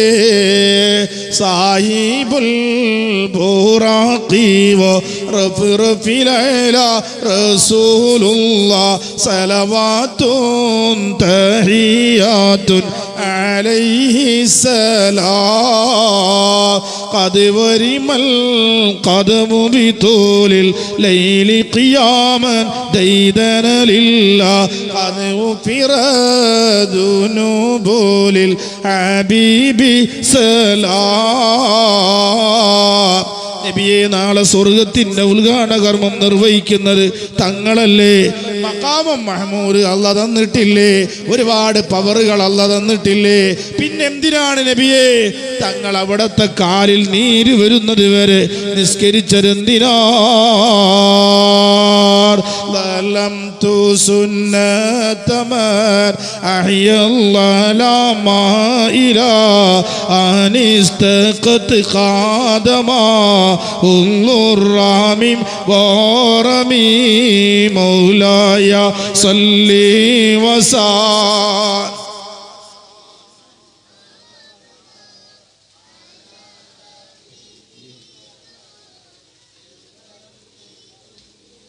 ലോകത്തിന്റെ നേതാവായ അഷ്റഫുൽ വറാ സയ്യിദുനാ മുത്തു റസൂലുള്ളാഹി അല്ലാഹുവിന്റെ ഹബീബ് നിസ്കരിച്ച് അവിടത്തെ കാലിൽ നീര് വന്നു. അപ്പോഴാണ് ആയിഷ ബീവി റളിയല്ലാഹു അൻഹ ചോദിച്ചത്, നബിയേ, ഈ കാലിൽ നീര് വരുന്നത് വരെ തങ്ങൾ നിസ്കരിച്ചത് എന്തിനാണ്? സ്വർഗത്തിന്റെ ഉദ്ഘാടന കർമ്മം തങ്ങളല്ലേ? ആ സമയത്ത് മഹദിയായ ആയിഷ ബീവിയോട്, ആയിഷ ഉമ്മാനോട് മുത്തു നബിയുടെ മറുപടി കണ്ടോ? ഓ പ്രിയപ്പെട്ട ആയിഷ, ഇതെല്ലാം എന്റെ റബ്ബെനിക്ക് തരുന്ന നിഅമത്ത് തന്നെയാണ്. ഒക്കെ എനിക്ക് കിട്ടുന്ന കാര്യം തന്നെയാണ്. അഫലാ അകൂന അബ്ദൻ ശുകൂറാ, ഇത്രയൊക്കെ നിഅമത്തുകൾ തന്ന റബ്ബിനോട് നന്ദിയുള്ള ഒരടിമയാകണ്ട ഈസാ. ഖാല റസൂലുള്ളാഹി, നിങ്ങൾ ആലോചിച്ച് നോക്കി, മുത്തുനബി പറയാ ഞാൻ അള്ളാഹ്ക്ക് ഒരു നന്ദിയുള്ള അടിമയാകണ്ടേ. ഇതൊക്കെ എൻ്റെ റബ്ബ് തന്നിട്ടില്ലേ? നിങ്ങൾ ആലോചിച്ച് നോക്കൂ, ഈ ആരോഗ്യം തന്ന റബ്ബിനോട് 5 വക്ത് നിസ്കാരം ഖളാ ആകാരം നിസ്കരിച്ചു എന്ന് പറയാൻ നമ്മളെ പട്ടികയിലുണ്ടോ? നേപ്പാളിൽ ചെന്ന് നോക്കുമ്പോ ജീവിക്കുന്ന ആൾക്കാർ പറയാ മരിച്ചു കിട്ടിയാൽ മതിയായിരുന്നു. എന്താ കാരണം? അവിടെയുള്ള ആൾക്കാർക്ക്, ജീവിക്കുന്നവർക്ക് മരിച്ചോല ചത്ത ശവങ്ങളും നാറിയിട്ട് രോഗം പിടിപെട്ട് ഭക്ഷണം കിട്ടണില്ല, വെള്ളം കിട്ടണില്ല. നിങ്ങൾ കണ്ടില്ലേ, മൂത്രം കുടിച്ചു വരെ ജീവിക്കാൻ ഒന്ന് ജീവനുണ്ടായിട്ടല്ലേ ഒന്ന് മരിച്ചു കിട്ടിയാൽ മതിയായിരുന്നു. മരിച്ചവരൊക്കെ നിങ്ങൾ എത്ര ഭാഗ്യവന്മാരാ. അള്ളാന്റെ പരീക്ഷണത്തിന്റെ കടുപ്പം കണ്ടോ നിങ്ങൾ? അന്ന് മുത്തുനബി പറഞ്ഞ കാര്യമാണ്. പഴയ കാലത്ത് മഹാരാഷ്ട്രയിലെ ലാത്തൂർ എന്ന് പറയുന്ന സ്ഥലത്തൊരു ഭൂകമ്പം ഉണ്ടായപ്പോ മനോരമ പത്രപ്രവർത്തകനായ രാമയ്യ പോയി അവിടെ ചെന്നിട്ട് പറഞ്ഞു പോയി, ഭൂമിയിൽ ഒരു നരകമുണ്ടെങ്കിൽ ഇതാ, മരിച്ചവരെ നിങ്ങളെത്ര ഭാഗ്യവന്മാർ. ഏത് ഭൂകമ്പ നാട്ടിലും പോയി പറയാനുള്ളതാ, മരിച്ചു കിട്ടിയാൽ മതിയായിരുന്നു, ഭൂകമ്പത്തിൽ രക്ഷപ്പെടേണ്ടതില്ലായിരുന്നു. കാരണം ഭക്ഷണം കിട്ടാനില്ല, വെള്ളമില്ല. ബാപ്പയുടെ വിരിമാറി ചവിട്ടിട്ട ഹെലികോപ്റ്ററിലേക്ക് ഭക്ഷണത്തിന് കൈ നീട്ടുമ്പോ അറിയാതെ പറയും. ഇന്നത്തെ ക്യാൻസർ രോഗി അവൻ പറയാ ഒന്ന് മരിച്ചു കിട്ടിയാ മതിയായിരുന്നു, ഈ വേദന സഹിക്കാൻ കഴിയണില്ല. പകർച്ചവ്യാധി രോഗങ്ങൾ പിടിപെട്ട ആളുകൾ പറയുകയാ ഒന്ന് മരിച്ചു കിട്ടിയാ മതിയായിരുന്നു. പറയില്ലേ? അതുകൊണ്ടാണ് 14 നൂറ്റാണ്ട് മുമ്പ് ഹബീബായ സയ്യിദുനാ മുത്തു റസൂലുള്ളാഹി ആ ദുരന്തം പഠിപ്പിച്ചത്. നമ്മൾ ഇങ്ങനെ മതിയോ? അള്ളാഹുവിന് ഭയമില്ലല്ലോ. നമ്മളെ സ്ഥിതി അതാ. നല്ല കാര്യങ്ങൾ ചെയ്യാനുള്ള മനസ്സ് വന്നിട്ടില്ല, നന്നാകാനുള്ള ചിന്ത വന്നിട്ടില്ല. നമ്മൾ ഇത്രയൊക്കെ അള്ളാന്റെ പരീക്ഷണം വന്നപ്പോ അതാ റബ്ബ് ചോദിച്ചത്, അലം യഗ്നി ലില്ലദീന ആമനൂ അൻ തഖ്ശഅ ഖുലൂബുഹും ലിദിക്രില്ലാഹ്. മുഅ്മിനീങ്ങളായ ആളുകളെ, വിശ്വസിച്ച ആളുകളെ, നിങ്ങൾക്ക് അല്ലാഹുവിനെ പേടിക്കാൻ സമയമായിട്ടില്ലയോ? എങ്ങോട്ടാ മാറ്റി വെക്കുന്നത്? എന്നാലോ അതുകൊണ്ട് ഇതാ വലിയ വലിയ പരീക്ഷണങ്ങൾ കടന്നു വരലോടുകൂടെ പുണ്യമായ മാസങ്ങളും സന്ദർഭങ്ങളും കടന്നു വരികയാ. അതുകൊണ്ട് നമ്മൾ അല്ലാഹുവിലേക്ക് അടുക്കാൻ ഇനിയും നമുക്ക് നീട്ടിവെക്കണ്ട. ഇമാമുന ശാഫിഈ തങ്ങളുടെ ഈ മഹത്വം ഉൾക്കൊണ്ട മാസം, അവിടക്കുള്ള സ്ഥിതി അതാ. ഷാഫി ഇമാമിന്റെ ജീവിതകാലം മുഴുവനും നന്മയിലേക്ക് തിരിച്ചുവിട്ടു. ഷാഫി ഇമാമിനെ സ്നേഹിച്ച ആളുകളും നന്മയിലെത്തി. ഈജിപ്തിലെ ഷാഫി ഇമാമിന്റെ മക്ബറയിൽ ചെന്ന് നോക്കണം. തൊട്ടടുത്ത് രാജ്ഞിയുടെ ഖബറാണ്, തൊട്ടടുത്ത് സക്കരിയ അൻസാർ തങ്ങളുടെ ഖബറാണ്. പ്രിയപ്പെട്ടവരെ, എത്ര വലിയ നിമിഷങ്ങളാ! ആ ഒരു ബന്ധം പുലർത്തി എന്നത് രക്ഷപ്പെടാനുള്ള വഴിയായി മാറി. നമ്മളോ ഏത് ഷാഫി ഇമാമിന്റെ ആണ്ടായാലും ഏതാളായാലും രക്ഷപ്പെടുന്നില്ല. നമ്മളൊക്കെ ഷാഫി ഇമാമിന്റെ ആളായി ജീവിച്ചാൽ മതി, എന്നാൽ തന്നെ രക്ഷപ്പെടുന്നതാണ്. സക്കരിയ അൻസാർ റളിയല്ലാഹു അൻഹുവിന്റെ ജീവിതത്തിൽ ഷാഫി ഇമാമിന്റെ മക്ബറയുടെ ചാരത്തുള്ളത് സക്കരിയ അൻസാർ തങ്ങളുടെ ഖബറാണ്. പ്രിയപ്പെട്ടവരെ, മഹാനവറുകളുടെ ജീവിതത്തിൽ ഞാൻ ഇടയ്ക്ക് വെച്ച് പറഞ്ഞു പോയിനേ ഉള്ളൂ, എപ്പോഴും ആഗ്രഹിക്കൽ എന്താ? എനിക്ക് ഷാഫി ഇമാമിന്റെ കൂടെ കിടക്കണം, ഷാഫി ഇമാമിന്റെ കൂടെ കിടക്കണമെന്നാണ്. ഈജിപ്ത് പട്ടണത്തിന്റെ കൈറോ സിറ്റി മുഴുവനും ധാരാളം സ്വാലിഹീങ്ങളെ കൊണ്ട് വലയം വെച്ച നാടാണ്. ബഹുമാനപ്പെട്ട അങ്ങകലെ ഇറാഖിൽ ജനിച്ച് ബഗ്ദാദിലൂടെ കടന്നുപോയി ഷാഫി ഇമാം അവസാനം എല്ലാ ചുറ്റിക്കറങ്ങി ബഗ്ദാദിലെത്തുന്നത് വലിയ വലിയ പണ്ഡിതന്മാരുമായി ബന്ധപ്പെടാൻ വേണ്ടിയായിരുന്നു. അങ്ങനത്തെ ഷാഫി ഇമാം ആ സ്നേഹത്തിന്റെ പേരിൽ സക്കരിയ അൻസാർ ആഗ്രഹിച്ചത് എന്റെ ഖബർ അവിടെ ഉണ്ടാകണമെന്നാണ്. ചുരുക്കി പറയുക, മഹാനവറുകൾ വഫാത്തായപ്പോ അദ്ദേഹത്തിന്റെ ജനാസ തയ്യാർ ചെയ്ത് ജബൽ മുഖറിന്റെ അടുത്തായിരുന്നു. അവിടെ 2 പർവ്വതത്തിന്റെ ഭാഗങ്ങൾ ഖബർസ്ഥാനുകളാണ്. ഞാനിത് പറയാൻ കാരണം ഈ മഴയായിട്ടും ഇമാമുന ശാഫിഈ എന്ന് കേട്ടപ്പോ ഓടി വന്നവരെ നിങ്ങൾക്ക് സമാധാനിക്കാം, രക്ഷപ്പെടും, ഒരിക്കലും നഷ്ടപ്പെടൂല. മഹാനായ ശാഫി ഇമാമിന്റെ അരികിൽ ഒന്ന് കിടക്കണമെന്ന് ആഗ്രഹിച്ച സക്കരിയ അൽ അൻസാർ വഫാത്തായപ്പോ മറ്റൊരു ഭാഗത്ത് ഖബർ കുഴിച്ചതാണ്. അവസാന നിമിഷം രാജാവ് പറഞ്ഞു, മയ്യത്ത് നിസ്കരിക്കാൻ എനിക്ക് അങ്ങോട്ട് വരാൻ സാധിക്കാത്തത് കൊണ്ട് സക്കരിയ അൻസാറിന്റെ മയ്യത്ത് ഇങ്ങോട്ട് കൊണ്ടുവരണം, എനിക്കൊന്ന് മയ്യത്ത് നിസ്കരിക്കണം. രാജാവിന്റെ അരികിലേക്ക് മയ്യത്ത് നിസ്കരിക്കാൻ കൊണ്ടുപോയ സക്കരിയ അൽ അൻസാർ റളിയല്ലാഹു അൻഹുവിന്റെ നിസ്കാരം കഴിഞ്ഞപ്പോ രാജാവ് ചോദിച്ചു, എവിടെയാണ് ഖബർ ഒരുക്കിയിട്ടുള്ളത്? ഖബർ ഇതാ ഇന്നാലിന്ന ഭാഗത്താണ്. പറ്റില്ല, ശാഫി ഇമാമിന്റെ മഖ്ബറയിൽ മറവ് ചെയ്യണം. ആ രാജാവിന്റെ നിർദ്ദേശപ്രകാരം പെട്ടെന്നാണ് സക്കരിയ അൽ അൻസാർ ശാഫി ഇമാമിന്റെ മഖ്ബറക്കുള്ളിൽ തന്നെയാണ് ഖബറുള്ളത്. നിങ്ങൾ നോക്കണം, സ്നേഹിച്ച ആൾക്കാർ അവിടെ എത്തിപ്പോയി. അങ്ങനെയാണ് ബഹുമാനപ്പെട്ട ഇബ്നു അത്താഉല്ലാഹി സിക്കന്ദരിയുടെ മഖ്ബറയും അവിടെയാണ്. തൊട്ടടുത്താണ് ബഹുമാനപ്പെട്ട അബ്ദുല്ലാഹി ഇബ്നു ഉമാം കടന്നെത്തുന്നത്. സ്നേഹത്തിന്റെ പേരിലാണ്. അതുകൊണ്ട് പ്രിയപ്പെട്ടവരെ, നമ്മളെ ജീവിതത്തിനൊരു മാറ്റം വരണം. നല്ലത് കേൾക്കാനും നല്ലത് പറയാനും നല്ലതറിയാനും നല്ലവരെ കൂടെ കൂടാനും കഴിയണം. ഇന്നു രാത്രി മരണപ്പെട്ടാൽ നമുക്ക് നല്ല ആളുകളെ കൂടെ സ്വർഗത്തിൽ ഒരുമിച്ച് കൂടാൻ കഴിയണം. എൻ്റെ ജീവിതത്തിന് മാറ്റം വരുക, എൻ്റെ വീടിന് മാറ്റം വരുക. ബാദിറൂ ബിൽ അഅ്മാലി സ്വാലിഹ, നല്ല നല്ല കാര്യങ്ങളിലേക്ക് ഉളരിക്കോ. 7 പരീക്ഷണങ്ങൾ നിങ്ങൾക്ക് വരുന്നതിന്റെ മുമ്പ് നല്ല നല്ല കാര്യങ്ങളിലേക്ക് ഉളരിക്കോ. ഖാല റസൂലുള്ളാഹി. ഇനി നമ്മൾ ആലോചിക്കണ്ട, പിന്നെയാവാം എന്ന് കരുതിയിട്ട് മാറ്റിവെക്കാതെ, നിങ്ങൾ എത്ര മാറ്റിവെച്ചാലും വരാൻ പോകുന്ന 7 പരീക്ഷണങ്ങളാണ്. അത് മറന്നു പോകണ്ട. 7 പരീക്ഷണങ്ങൾ എങ്ങനെയാ? അത് വന്നാ പിന്നെ ഒന്നിനും കഴിയൂല. ഇന്നത്തെ എല്ലാം ആ 7 പരീക്ഷണത്തിൽ ഒതുങ്ങുകയാണ്.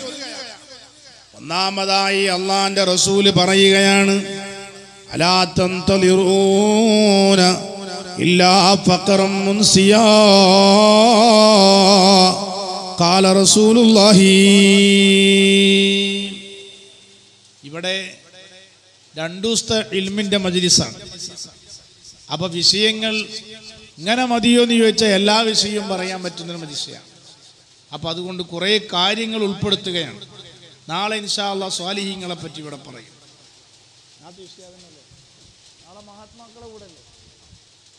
അപ്പോ അള്ളാന്റെ റസൂല് ചോദിക്കുകയാണ്, നിങ്ങൾ എത്ര തുളുമ്പുന്നതും സാമ്പത്തികമായ മേഖലയിലല്ലേ അല്ലേ?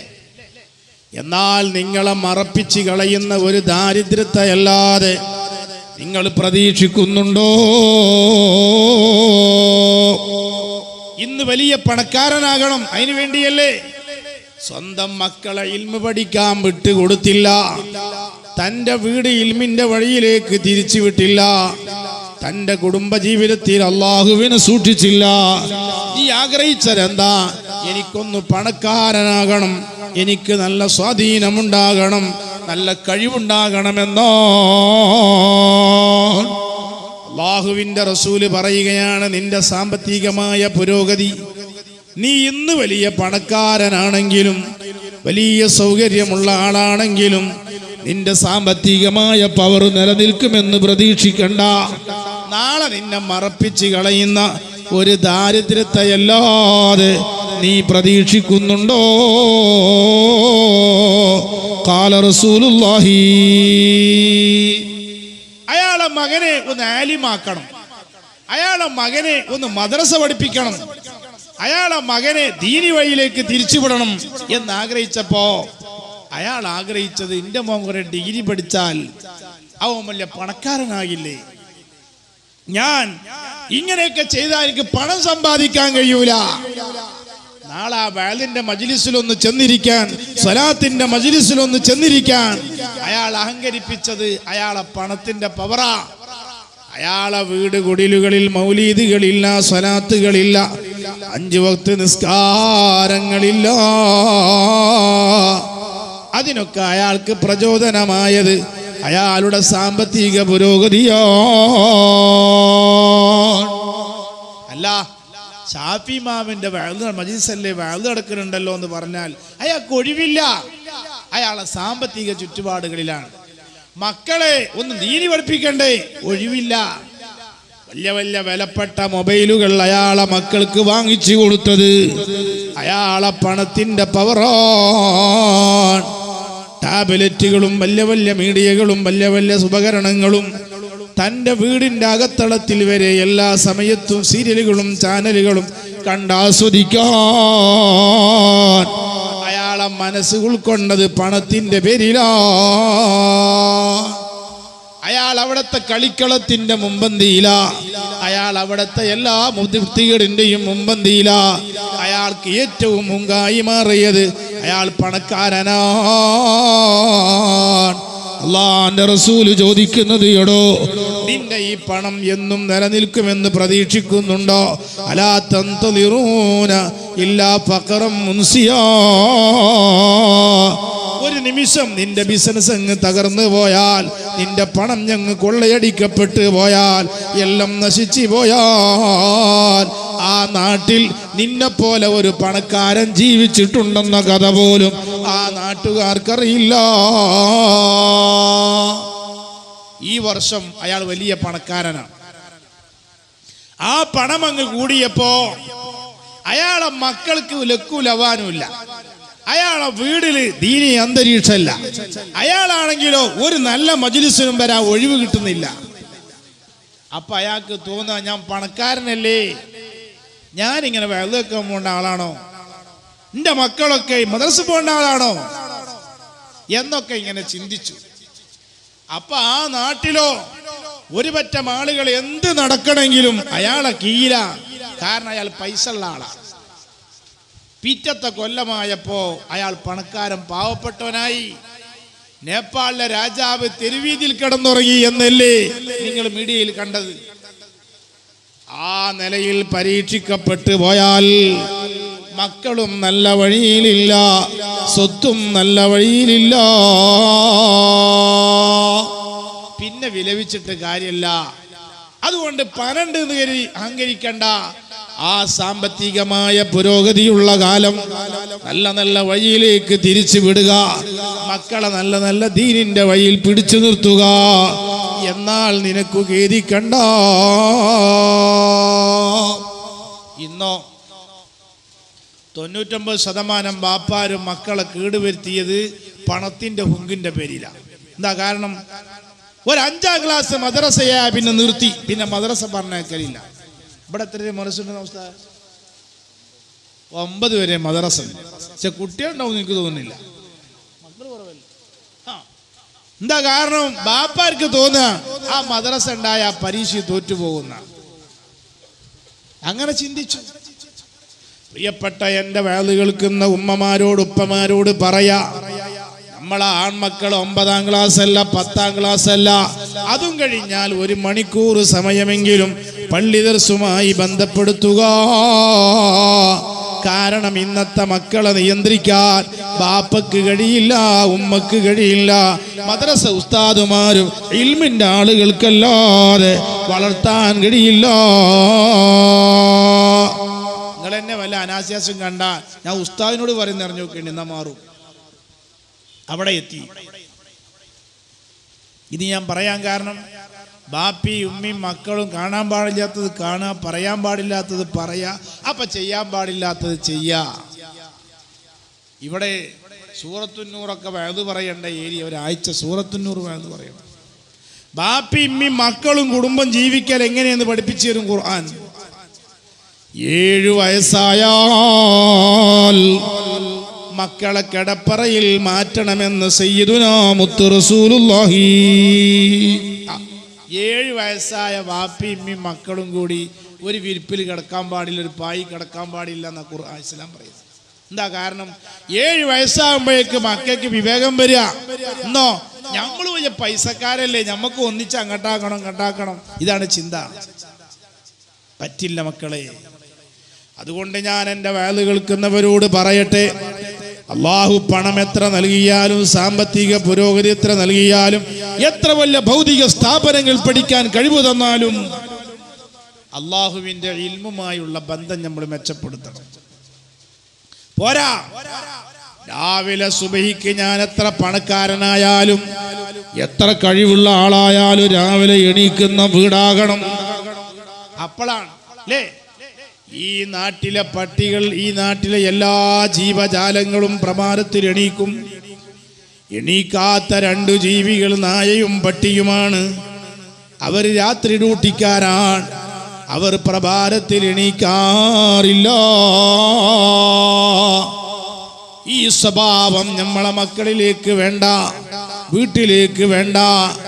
എത്ര വലിയ പണക്കാരന്റെ മക്കളായാലും പള്ളിയിൽ വരണം, അവൻ ദർസിൽ വരണം, മൗലീദിൽ പങ്കെടുക്കണം, സലാത്തിൽ പങ്കെടുക്കണം. കാരണം എല്ലാം തകർന്നു പോയാൽ നിന്നെ മറപ്പിച്ച് കളയുന്ന ദാരിദ്ര്യത്തെയല്ലാതെ നീ പ്രതീക്ഷിക്കുന്നുണ്ടോ? അല്ലാഹുവിന്റെ റസൂൽ രണ്ടാമത് പറഞ്ഞതും ഇത് തന്നെയാണ്. ഔ ഗിനം മുത്ഗിയാ ഖാല റസൂലുള്ളാഹി. അയാൾ ഒരു പാവപ്പെട്ട ആളായപ്പോ വീട്ടിലെ വസ്ത്രധാരണമൊക്കെ വളരെ ക്ലിയറാ. അവറത്ത് മറക്കാതെ നടക്കലില്ല. ആണിന്റെ ചിട്ട പാലിക്കും, പെൺകുട്ടി ചിട്ട പാലിക്കും. ഇപ്പോഴോ അല്ലാഹു വലിയ നിഅമത്തങ്ങ് നൽകിയപ്പോ അവർ പവറങ്ങ് കൂടിപ്പോയി, ആഡംബരം അങ്ങ് കൂടിപ്പോയി. ഇന്നലെ വരെ സ്വലാത്തിന് വന്ന ആളാ, കഴിഞ്ഞ കൊല്ലത്തെ വഅദിന് വന്ന ആളാ, അയാൾ നല്ല നല്ല കാര്യങ്ങളെ സ്നേഹിച്ച ആളാ, പള്ളിയിലെ ജമാഅത്തുകൾ മുടക്കാത്ത പുരുഷനാ, പെണ്ണാകട്ടെ വീട്ടിൽ മൗലീദും സ്വലാത്തും ഓരുന്ന ആളാ, വീടിൽ ഇശാ മഗ്രിബിനെ ബദറീത്ത് ചൊല്ലുന്ന വീടാ, നഫീസത്ത് ബീവിന്റെ മദ്ഹ് പറയുന്ന വീടാ, നല്ല നല്ല ബദറീത്ത് ചൊല്ലുന്ന വീടാ. അല്ലാഹു തആല നിഅമത്ത് കൊടുത്തപ്പോ പിന്നെ നിഅമത്ത് അങ്ങ് കൂടിയപ്പോ പിന്നെ വീട്ടിൽ ബദറീത്തില്ല, നഫീസത്ത് മാലയില്ല, ആ ഖുർആനോത്തില്ല, നല്ല കാര്യങ്ങളില്ല, വസ്ത്രധാരണയിലും ഇസ്ലാമിക ബോധമില്ല. അങ്ങനെ ഔഹിനം മുത്ഗിയാ, നീ പാവപ്പെട്ട കഷ്ടപ്പെട്ടവനായിരുന്ന കാലത്ത് നല്ലത് ചെയ്ത ആളാ, പിന്നെ സാമ്പത്തികമായ പുരോഗതി അങ്ങ് തന്നപ്പോ നിന്നെ വഴികേട് തരത്തിലേക്ക് കൊണ്ടുപോയില്ലേ? അങ്ങനത്തെ ഒരു ഐശ്വര്യതയല്ലാതെ നീ പ്രതീക്ഷിക്കുന്നുണ്ടോ? ഖാല റസൂലുള്ളാഹി. ഇന്ന് നാട്ടിൽ ഈ 2 വിഭാഗം ആൾക്കാരാണ്. ഒരു വിഭാഗം ആൾക്കാര് സാമ്പത്തികമായി പാവപ്പെട്ട ആളായപ്പോ നല്ല നില, കുറച്ച് പുരോഗതി കൂടുമ്പോ എല്ലാം അങ്ങോട്ട് നിർത്തിവെക്കുന്ന സ്വഭാവം. അതേസമയം വേറെ വിഭാഗം വലിയ പണക്കാരനായിട്ട് അവരെ വിശ്വാസം ഞാൻ എന്നും ഈ സാമ്പത്തിക അഭിവൃദ്ധിയിലാ. ഷാഫി ഇമാമ് പറഞ്ഞൊന്നും മറക്കണ്ട. അതെന്താണ്? വലാ തദഇൽ അയ്യാമ തഫഅലു മാ തശഉ വതിബ് നഫ്സൻ ഇദാ ഹകമൽ ഖളഉ ولا تجزع لحادثة الليالي فما لحوادث الدنيا بقاء ولا حزن يدوم ولا سرور.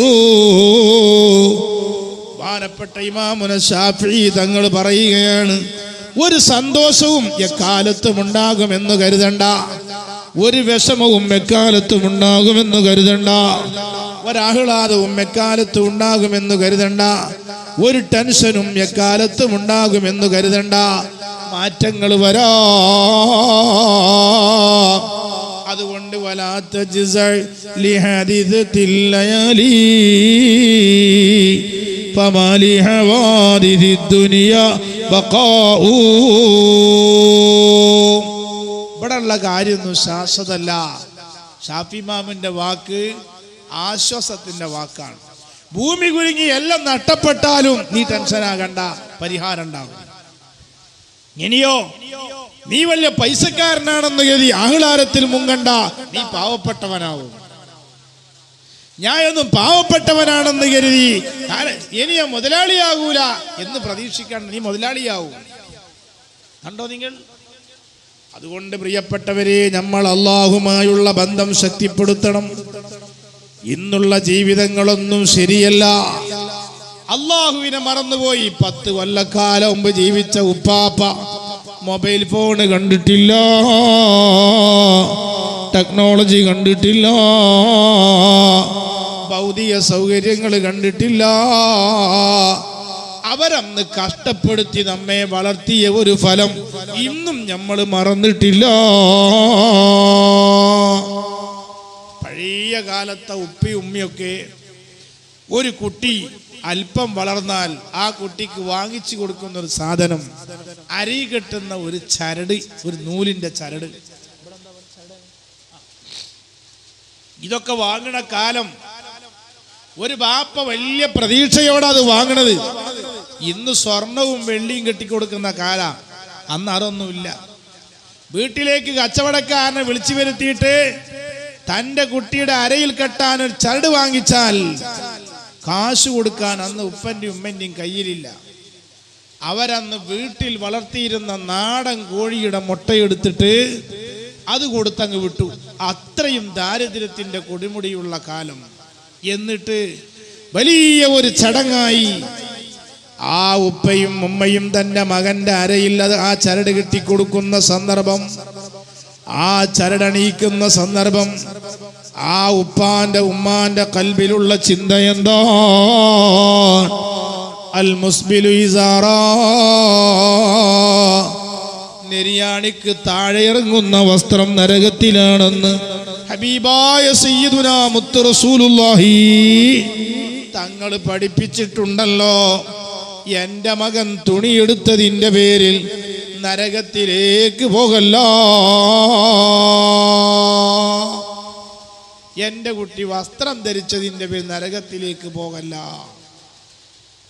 ഇന്നോ ഏതെങ്കിലും ഉമ്മാന്റെയും ബാപ്പാന്റെയും കൽബില് ഡ്രസ്സ് വാങ്ങുമ്പോഴും വസ്ത്രം വാങ്ങുമ്പോഴും സാധനം വാങ്ങുമ്പോഴും എന്റെ കുട്ടി നരകത്തിലേക്ക് കടക്കുമല്ലോ, ഇത് അപകടമാണല്ലോ എന്ന ചിന്ത വന്നില്ല. പ്രിയപ്പെട്ട സഹോദരങ്ങളെ, മഹദിയായ ഫാത്തിമത്തു സഹ്റാ റളിയല്ലാഹു അൻഹാ, അത് കേൾക്കുന്ന ഉമ്മമാരെ, ആ ഫാത്തിമ ഉമ്മ വഫാത്തിന്റെ മുമ്പ് കരയുകയാണ്. എന്താണ് ഫാത്തിമ ഉമ്മ കരയാനുള്ള കാരണം? അവിടുന്ന് സ്വഹാബത്ത് ചോദിച്ചു, ഉമ്മ നിങ്ങൾ കരയാനുള്ള കാരണമെന്താ? അമ്പിയാക്കളിൽ താജൊളിവായ റസൂലുള്ളാന്റെ പൂങ്കരളായ ബിബി സുഹ്റ ഫാത്തിമ, ബിബി ഖദീജ ഫാത്തിമ. അള്ളാന്റെ ഹബീബിന്റെ പൊന്നുമോള് ഫാത്തിമ കരഞ്ഞപ്പോ ആ സ്വഹാബത്ത് ചോദിക്കുന്നു, ഉമ്മ കരയാനുള്ള കാരണമെന്തോ? ആ ഫാത്തിമ ഉമ്മാന്റെ മറുപടി, ഓ പ്രിയപ്പെട്ട സഹാബ, ഞാൻ മരണപ്പെട്ടാൽ അവിടെ നിന്നുള്ള കാര്യങ്ങൾ ആലോചിച്ച് മാത്രമല്ല കരയുന്നത്, മരിക്കും എന്ന പേടി കൊണ്ടുമല്ല കരയുന്നത്. ഇന്ന് വരെ ഒരന്യ പുരുഷൻ ഈ ഫാത്തിമ ഉമ്മയുടെ ശരീരത്തെ കണ്ടിട്ടില്ല. ഫാത്തിമ ഉമ്മാന്റെ ശരീരത്തിന്റെ വണ്ണം അവിടെ നിന്ന് അളന്നെടുക്കാൻ പറ്റിയിട്ടില്ല. ഈ ഫാത്തിമ മരണപ്പെട്ടാൽ അവിടത്തെ ജനാസ കുളിപ്പിക്കുന്നത് സ്ത്രീകളാണ്, കഫം ചെയ്യുന്നത് സ്ത്രീകളാണ്. എന്ന് വെച്ചാൽ എന്ന് സങ്കല്പിക്കുക, അതെല്ലാം കഴിഞ്ഞിട്ട് പുരുഷന്മാരെ കയ്യിലേക്ക് അങ്ങ് ഏൽപ്പിച്ചാൽ ആ മയ്യത്ത് കട്ടിലിൽ കിടത്തിയിരിക്കുന്ന ജനാസ കണ്ടിട്ട് അവിടുന്ന് പ്രിയപ്പെട്ടവരെ ഫാത്തിമ ഉമ്മ പറഞ്ഞത്, കുളിപ്പിക്കരിഞ്ഞൊരു പക്ഷേ ആണായാലും പെണ്ണായാലും ഫാത്തിമ ഉമ്മാനെ കുളിപ്പിച്ചത് ആര്? അതൊക്കെ വേറെ വിഷയം. സാധാരണ ഒരു മയ്യത്തിന് അങ്ങനൊക്കെയാ. ആ മയ്യത്തുകട്ടിലേക്ക് സ്ത്രീകളങ്ങ് കൈമാറിയാൽ ഫാത്തിമ ഉമ്മാന്റെ ജനാസ കണ്ടിട്ട് ആളുകൾ പറയും, ഫാത്തിമ ഉമ്മയുടെ തുടയുടെ വണ്ണമിത്രയാണ്, അവിടത്തെ ഊരയുടെ വണ്ണമിത്രയാണ് എന്ന് പറഞ്ഞ് ഫാത്തിമ ഉമ്മാന്റെ വരിഞ്ഞ് മുറുക്കിയ ജനാസ കണ്ടിട്ട് അളക്കും. കാരണം മദീനത്തെ മയ്യത്തുകട്ടിലിന് മൂടിയില്ല. നജാശി രാജാവിനെ കൊണ്ട് സ്വഹാബത്ത് മൂടി വെപ്പിക്കുകയാണ്. എന്നിട്ട് പറയുന്നു, ഫാത്തിമ ഉമ്മ, ഇനി അവിടത്തെ മയ്യത്തുകട്ടിലിൽ നിന്ന് പോലും ഒരാളും അവിടത്തെ ശരീരത്തിന്റെ വണ്ണം അളക്കൂല. എന്റെ പ്രിയപ്പെട്ട ഉപ്പമാരെ, ഉമ്മമാരെ, പ്രിയപ്പെട്ട സഹോദര സഹോദരിമാരെ, നമ്മൾ അള്ളാഹുവിനെ പൊരുത്തത്തിൽ വസ്ത്രമണിയാൻ, അള്ളാഹുവിന്റെ ഹബീബിന് ഇഷ്ടപ്പെട്ട സാഹചര്യം ഒരുക്കാൻ ഇന്നത്തെ പണത്തിന്റെ അഹങ്കാരം കൊണ്ട് നമ്മൾ തയ്യാറല്ല. അതുകൊണ്ടാണ് മുത്തുനബി പറയുന്നത്, നീ കണ്ടില്ലേ ഭൂകമ്പങ്ങളും മറ്റും, നിന്റെ പണം എന്നൊന്നും നിലനിൽക്കുന്നതല്ല, നീ നിന്റെ പണം കൊണ്ട് ചീത്തയാകണ്ട.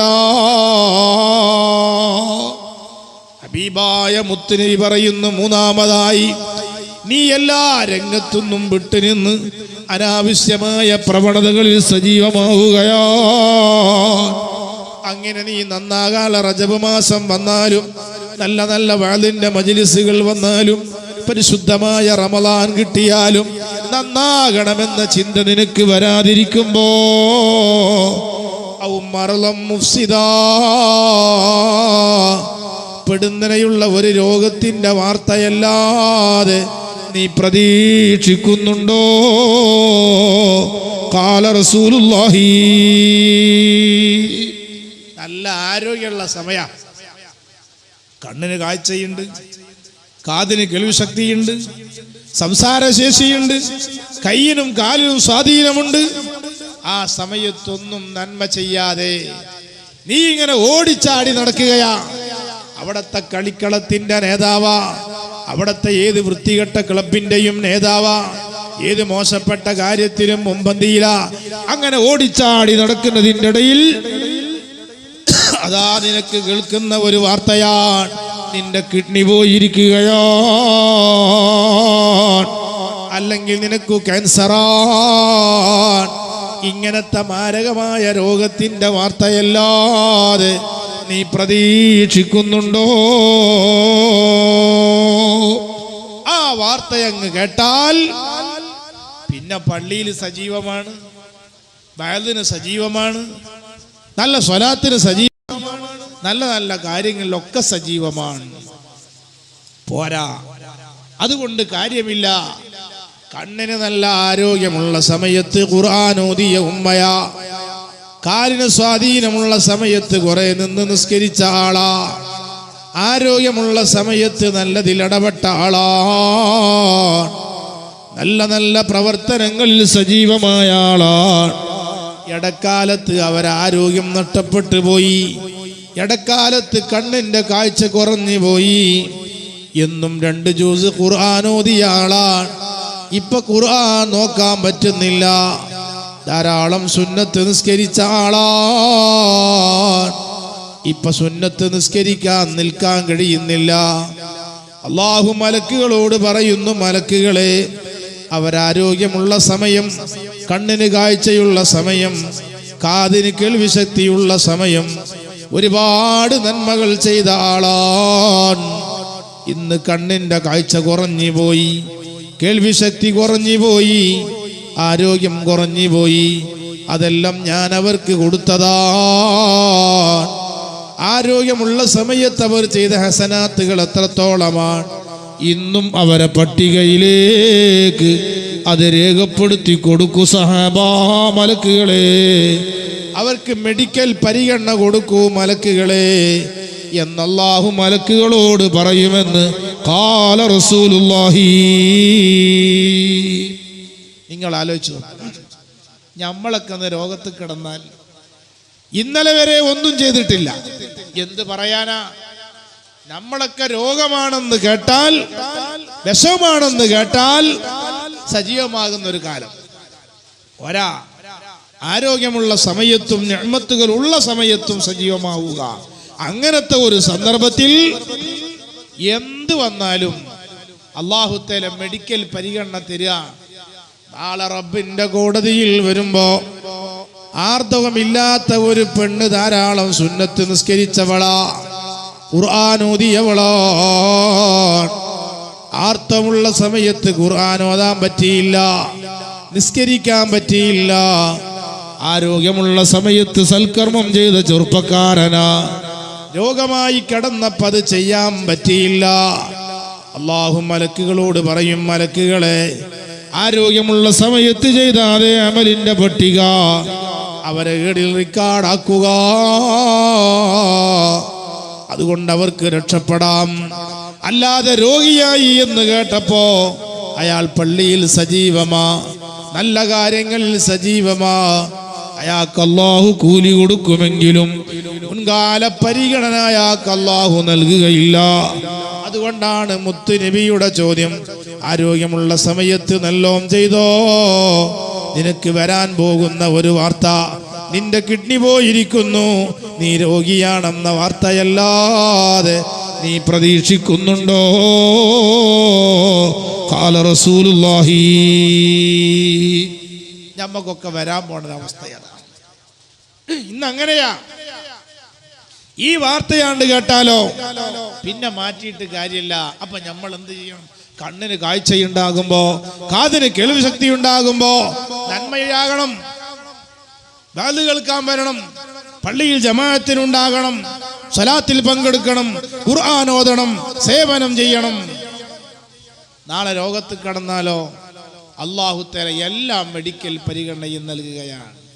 പക്ഷേ നമ്മൾ ഇങ്ങനെയൊക്കെ എല്ലാ മോശപ്പെട്ടതിലും സജീവം, എല്ലാ വൃത്തികെട്ടയിലും സജീവം.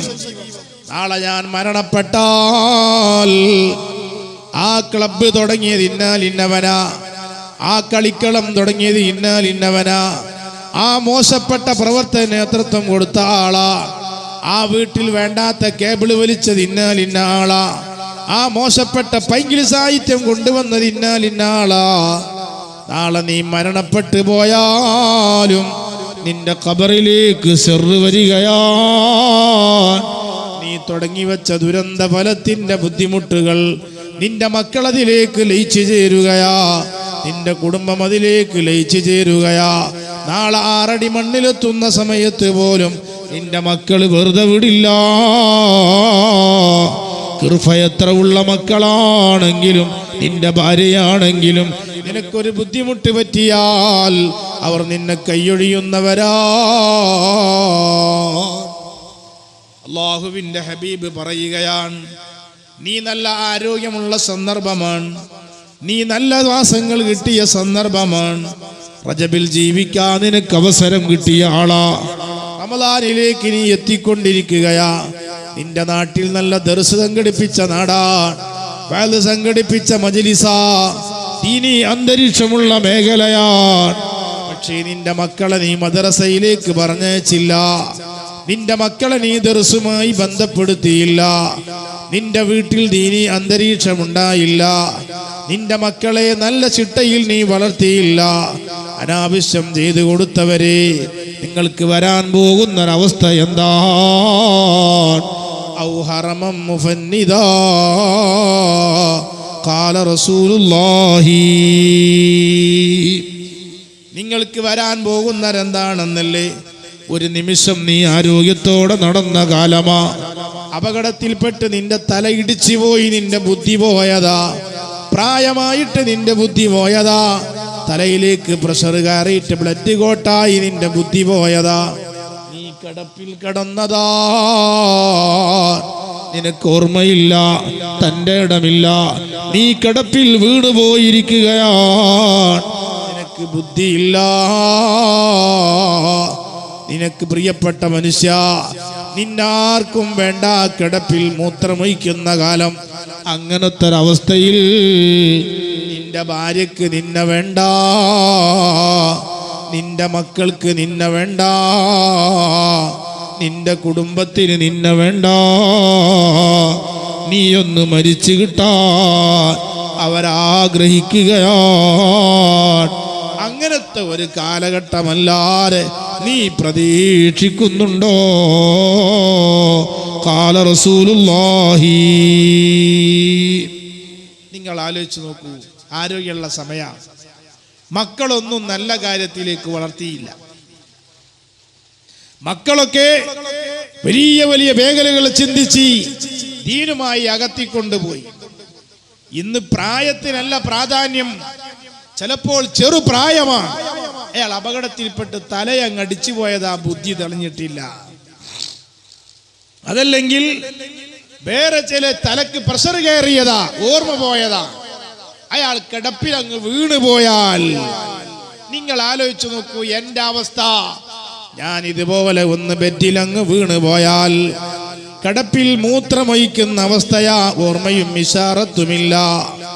നിന്റെ കെട്ടിച്ച മകൾ പറയും എനിക്കെന്റെ ഭർത്താവിന്റെ വീട്ടിലേക്ക് പോകണം, മക്കൾ പറയും എനിക്ക് ജോലിക്ക് പോകണം. ബാപ്പ ഒന്ന് മരിച്ചു കിട്ടാൻ, ഉമ്മ ഒന്ന് മരിച്ചു കിട്ടാൻ. നീ എത്ര പണക്കാരനാക്കിയ മക്കളാണെങ്കിലും, നീ എത്ര വലിയ ഉയർന്ന ശമ്പളത്തിലെത്തിച്ച മക്കളാണെങ്കിലും അവർക്ക് നിന്നെ വേണ്ട, നിന്റെ ഉമ്മയെ വേണ്ട, ഭാര്യയെ വേണ്ട, ഭർത്താവിന് നിന്നെ വേണ്ട, ഭാര്യക്ക് നിന്നെ വേണ്ട. നീയൊന്ന് മരിച്ചു കിട്ടാൻ ആഗ്രഹിക്കുന്ന അത്രയും ദുരന്തത്തിന്റെ കടത്തമല്ലാതെ നീ പ്രതീക്ഷിക്കുന്നുണ്ടോ? നമ്മക്കൊക്കെ വരാനുള്ള അവസ്ഥ ആലോചിച്ച് നോക്കാണ്. ഓരോരുത്തരും മനസാക്ഷിയോട് ചോദിക്കുക, ഞാൻ അങ്ങനെ ഒന്ന് കടന്നാൽ അള്ളാഹു കാത്തുരക്ഷിക്കുമാറാകട്ടെ. എന്താ എന്റെ മോളെ സ്ഥിതി എന്തേക്കാരം, എന്റെ മകന്റെ സ്ഥിതി എന്തേക്കാരം, എന്റെ ഭാര്യന്റെ സ്ഥിതി എന്തേക്കാരം, എന്റെ ഉമ്മാന്റെ സ്ഥിതി എന്തേക്കാരം, എന്റെ ഭർത്താവിന്റെ സ്ഥിതി എന്തേക്കാരം. അതിനൊക്കെ പോകുമ്പോ ബാപ്പ ഒരു മാസമായി കിടപ്പില, ഉസ്താദെ സലാമത്താകണം, മരിച്ചു കിട്ടണം എന്നല്ലേ നീ മരിക്കാൻ ആഗ്രഹിക്കുകയാ. ഓർമ്മയുണ്ടോ എന്റെ ഉമ്മ ഉപ്പ വീട്ടിൽ സീരലൊരുക്കി കൊടുത്ത ഉമ്മയും ബാപ്പയും അല്ലേ? സമ്പത്തിനി അനാവശ്യ മേഖലയിൽ സമ്പാദിച്ച ആളല്ലേ? ചെറുപ്രായത്തിൽ മക്കളെ അനാവശ്യ പ്രവണതയ്ക്ക് കൂട്ടുനിന്ന ആളല്ലേ? ഔറത്ത് മറയാത്ത വസ്ത്രം വാങ്ങിച്ചു കൊടുത്ത ആളല്ലേ? നിന്റെ വീട്ടിൽ ഖുർആൻ ഓതില്ല, മക്കള് സുബഹി നിസ്കരിക്കാറില്ല, എപ്പോഴും സിനിമകളാ, എപ്പോഴും സീരിയലുകളാ, എപ്പോഴും നാടകങ്ങളാ. നിന്റെ കുടുംബജീവിതമാകട്ടെ ദീനി അന്തരീക്ഷത്തിലല്ല. നല്ല വസ്ത്രം വാങ്ങിച്ചു കൊടുത്തിട്ടില്ല. നീ പട്ടിണി കിടന്ന് സമ്പാദിച്ചതെല്ലാം, നീ കഷ്ടപ്പെട്ട് സമ്പാദിച്ചതെല്ലാം നിന്റെ മക്കൾ ഉപകരിക്കുമ്പോ ആ മക്കൾ പറയും ബാപ്പ ഒന്ന് മരിച്ചു കിട്ടാൻ, ഉമ്മ ഒന്ന് മരിച്ചു കിട്ടാൻ. നീ ആ നിലക്കുള്ള ഒരു കടത്തത്തിന്റെ കടപ്പമല്ലാതെ നീ പ്രതീക്ഷിക്കുന്നുണ്ടോ? അന്ന് ആർക്കും നിന്നെ വേണ്ട. കെട്ടിപ്പിടിച്ച് ഉമ്മ വെച്ച നിന്റെ ഭാര്യ പറയും ഈ ഭർത്താവ് ഒന്ന് മരിച്ചു കിട്ടിയെങ്കിൽ. പറയില്ലേ? ഭർത്താവ് പറയും ഈ ഭാര്യ ഒന്ന് മരിച്ചു കിട്ടിയെങ്കിൽ. ആർക്കും നിന്നെ വേണ്ട. നമുക്ക് വരാൻ പോകുന്നൊരവസ്ഥയാണ്. മുത്തുനബി പറയുകയാണ്, ലോകത്തിന്റെ നേതാവായ അഷ്റഫുൽ വറാ സയ്യിദുനാ മുത്തു റസൂലുള്ളാഹി, അല്ലാഹുവിന്റെ ഹബീബ് പറയുകയാണ്, ഒരേ ദുആയിൽ മുത്തുനബി രണ്ടു കാര്യം ദുആ ചെയ്യുകയാണ്. ഒന്നെന്താണെന്നല്ലേ? അല്ലാഹുവേ, പെടുന്നനെയുള്ള മരണം എനിക്ക് തരല്ല അല്ലാ. ഞാൻ കിടപ്പിൽ കിടന്നിട്ട് ഞാനൊന്നും മരിച്ചു കിട്ടാൻ എന്റെ മക്കൾ ആഗ്രഹിക്കുകയാ, എന്റെ ഭാര്യ ആഗ്രഹിക്കുകയാ, ഭർത്താവ് ആഗ്രഹിക്കുകയാ. അതുപോലെ അരി വാരി കൊടുക്കുകയാ, ഉപ്പ് വാരി കൊടുക്കുകയാ. അങ്ങനത്തെ ഒരവസ്ഥയിലേക്ക് എന്നെ കെടുത്തല്ല അല്ലാ. അറുതലിൽ ഉമറ് നൽകല്ല അല്ലാ. മുത്തുനബി ഒരേ ദുആയിൽ രണ്ടു കാര്യവും ദുആ ചെയ്യുകയാണ്. നിങ്ങൾ ആലോചിച്ച് നോക്കാണ്. അപ്പൊ എന്ത് ചെയ്യണം? ഒരു 2 ആഴ്ചെങ്കിലും ലോകത്ത് കിടന്ന് മരിക്കണം എന്ന്. 2 ആഴ്ച പോയിട്ട് ഒരാഴ്ച കിടന്നാൽ തന്നെ മടുക്കൂലേ കാലം? പ്രിയപ്പെട്ട സഹോദരങ്ങളെ, നിങ്ങൾ ആലോചിച്ച് നോക്കൂ, അങ്ങനത്തെ അവസ്ഥ വന്നാൽ എന്താ സ്ഥിതി? ഹബീബായ സയ്യിദുനാ മുത്തു റസൂലുള്ളാഹി, അല്ലാഹുവിൻ്റെ ഹബീബ് പറയുകയാണ്, പിന്നെ നിനക്ക് വരാൻ പോകുന്ന ഒരു പരീക്ഷണമാണ്. ഔ മൗതം മുജ്ഹിസാ,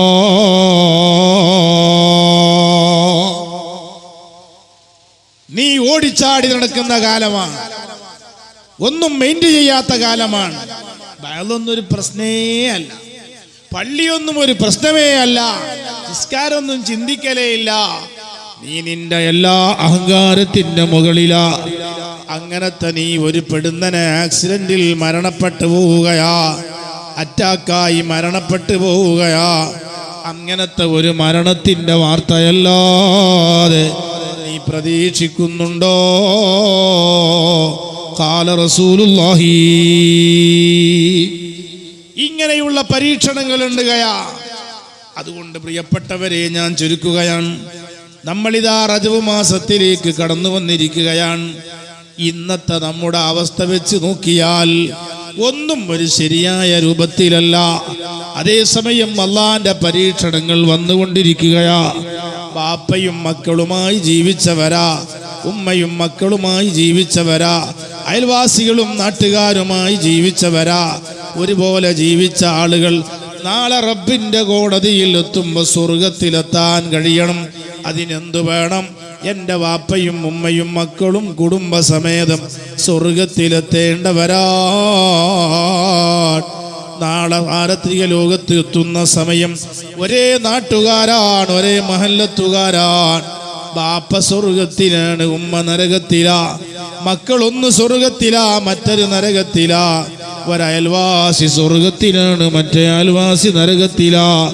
ആ സമയത്ത് നരകത്തിലെ ജനങ്ങളോട് സ്വർഗത്തിലെ ജനങ്ങൾ വന്ന് ചോദിക്കുകയാണ്,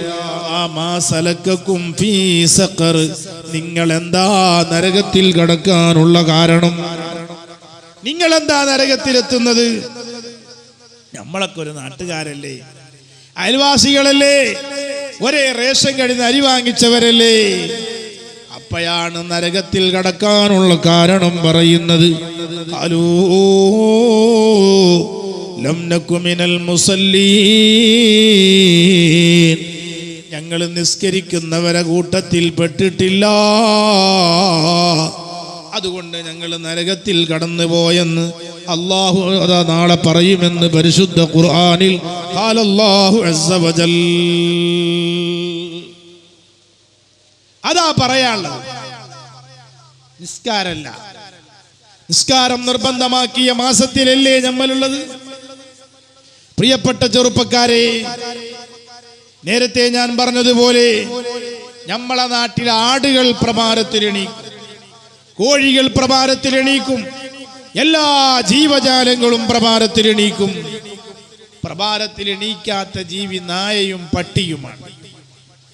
ഇന്ന് നമ്മുടെ മഹല്ലത്തിൽ നായകൾക്ക് തുല്യരായ, പട്ടികൾക്ക് തുല്യരായ മക്കൾ വളരുന്ന ഒരു കാലഘട്ടമാണ്.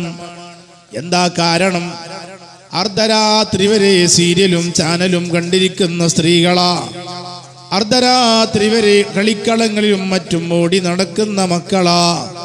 രാത്രിയൊക്കെ വയല് കഴിഞ്ഞു പോകുന്ന സമയം പലപ്പോഴും കൂത്താട്ടത്തിന്റെ വക്കിലാ. ബാപ്പയും ഉമ്മയും കാര്യങ്ങൾ അറിയുന്നില്ല.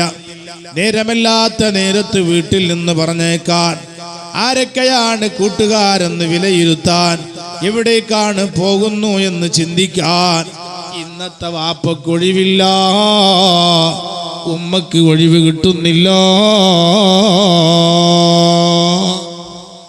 ഇന്നത്തെ സ്ഥിതി അതാ. അങ്ങനെ വളരെ വഴിയിട്ട് നായകളെ പോലെ വീട്ടിൽ കിടന്നിറങ്ങുന്ന ആൺമക്കൾ രാവിലെ എണീക്കുന്നില്ല. പെൺമക്കളാണെങ്കിലോ അവരും അത് തന്നെ സ്ഥിതി. പ്രിയപ്പെട്ടവരെ, ഇതിനൊരു മാറ്റം വരണ്ടേ നമുക്ക്? നേരത്തെ വീട്ടിലെത്താനും എവിടേക്കാണ് പോകാതെ അനുയോജ്യമല്ലാത്ത സ്ഥലത്തേക്ക് പോകാതിരിക്കാനും, അങ്ങനെ രാവിലെ പ്രഭാതത്തിൽ എണീറ്റ് സുബഹി നിസ്കരിക്കുന്ന മക്കളാകണം. നിങ്ങൾ നോക്കൂ, വെള്ളിയാഴ്ച ദിവസം ദിവസങ്ങളെ കൂട്ടത്തിൽ ഏറ്റവും പുണ്യമായ ദിവസമാണ്. ആ ദിവസത്തിൽ അന്ന് വാപ്പ പറയും കുട്ടികളെ വിളിക്കണ്ട, ഉമ്മ പറയും മക്കളെ വിളിക്കണ്ട, ഇന്ന് മദ്രസ ഇല്ലാത്ത ദിവസമാ. അപ്പൊ വെള്ളിയാഴ്ച ദിവസമാണ് കിടക്കാനുള്ള അനുമതി കൊടുക്കുക. ആ വീട്ടിൽ 10,000 ശമ്പളം, ലക്ഷങ്ങൾ വരുമാനമാണ്. ആ വീട്ടിന് ബർക്കത്തുണ്ടാകൂല. ഹബീബായ മുത്ത് റസൂലുള്ള പറയുകയാണ്, 2 മലക്കുകൾ എന്നും നിങ്ങളെ വീട്ടിലേക്ക് വരികയാണ്. ആ മലക്കുകൾ വന്നിട്ട് ദുആ ചെയ്യുന്നു, അല്ലാഹുവേ, ഈ വീട്ടുകാരൻ 200 രൂപ ചെലവുള്ള ദിവസമാ, 250 രൂപയുടെ വരുമാന മാർഗങ്ങൾ ഈ വീട്ടിലേക്ക് കൊടുക്കണേ അല്ലാ. ആ വീട്ടിൽ ഇന്ന് 500 രൂപ ചെലവുള്ള ദിവസമാ, 600 രൂപന്റെ വരുമാന മാർഗം കൊടുക്കണേ അല്ലാ. അല്ലാഹുമ്മ അഅതി മുൻഫിഖൻ ഖലഫാ എന്ന് പറഞ്ഞുകൊണ്ട് ദുആ ചെയ്യുമ്പോ ആ ദ്വാരക്കാൻ മലക്കുകൾ വരുന്ന സമയം വീട്ടുകാരനും മക്കളും നായകളെ പോലെ പട്ടിയെ പോലെ കിടന്നുറങ്ങുമ്പോ ആ വീട്ടിന് അല്ലാഹു ബർക്കത്ത് ചെയ്യൂല, അവിടെ അല്ലാഹു നിഅമത്ത് ചെയ്യൂല. ദ്വാരക്കാതെ മലക്കുകൾ പിരിഞ്ഞു പോവുകയാണ്. അതുകൊണ്ട് ഞാനും എൻ്റെ കുട്ടികളും സ്വർഗത്തിലെത്താൻ എന്ത് ചെയ്യണം? ബാപ്പ നിസ്കരിക്കണം, ഉമ്മ നിസ്കരിക്കണം, മക്കൾ നിസ്കരിക്കണം. നിസ്കരിച്ചോ എന്ന് ചോദിക്കാനുള്ള കഴിവ് വേണം. പോരാ. രണ്ടാമതായി പറയുന്നു, വലം നകുനു തുഇമുൽ മിസ്കീൻ. നമ്മൾ മുതഅല്ലിമീങ്ങൾക്ക് ഭക്ഷണം കൊടുക്കുന്നവരാകണം. ഇൽമിനെയും ഇൽമിന്റെ അഹ്ലുകാരെയും സ്നേഹിക്കുന്നവരാകണം. പാവപ്പെട്ടവരുടെ കണ്ണീരൊപ്പാൻ മുമ്പന്തിയിലുണ്ടാകണം. രോഗം കൊണ്ട് കഷ്ടപ്പെടുന്ന ഒരാൾ നമ്മളെ നാട്ടിലുണ്ട്. അയാളെ രോഗത്തിന് ചികിത്സിക്കാൻ പൈസയില്ല, പണമില്ല. നമ്മൾ അഹങ്കരിച്ച് നടന്നാൽ നമ്മളെ ശരീരത്തിന് അല്ലാഹു ആരോഗ്യം തരൂല. വിവാഹ സ്വപ്നം ദൂരയായ ഒരു പെൺകുട്ടിയാ മുതലാളിമാര് പണം പൊടിപൊടിച്ച് കല്യാണം നടത്തുമ്പോ നിങ്ങളെ മക്കളെ കല്യാണം കഴിച്ചാൽ കുടുംബജീവിതം സന്തോഷമാകൂല. വീടില്ലാതെ കഷ്ടപ്പെടുന്ന ഒരാൾ നമ്മളെ നാട്ടിലുണ്ടായാൽ പണിമാളിക കൊട്ടാരം പണിതാലും നമ്മളെ വീട്ടിൽ അല്ലാഹു സ്വസ്ഥത തരൂല. അതുകൊണ്ട് പ്രിയപ്പെട്ടവരെ, പാവങ്ങളെ കണ്ണീരൊപ്പാൻ നമ്മൾ മുമ്പന്തിയിൽ ഉണ്ടാകണം.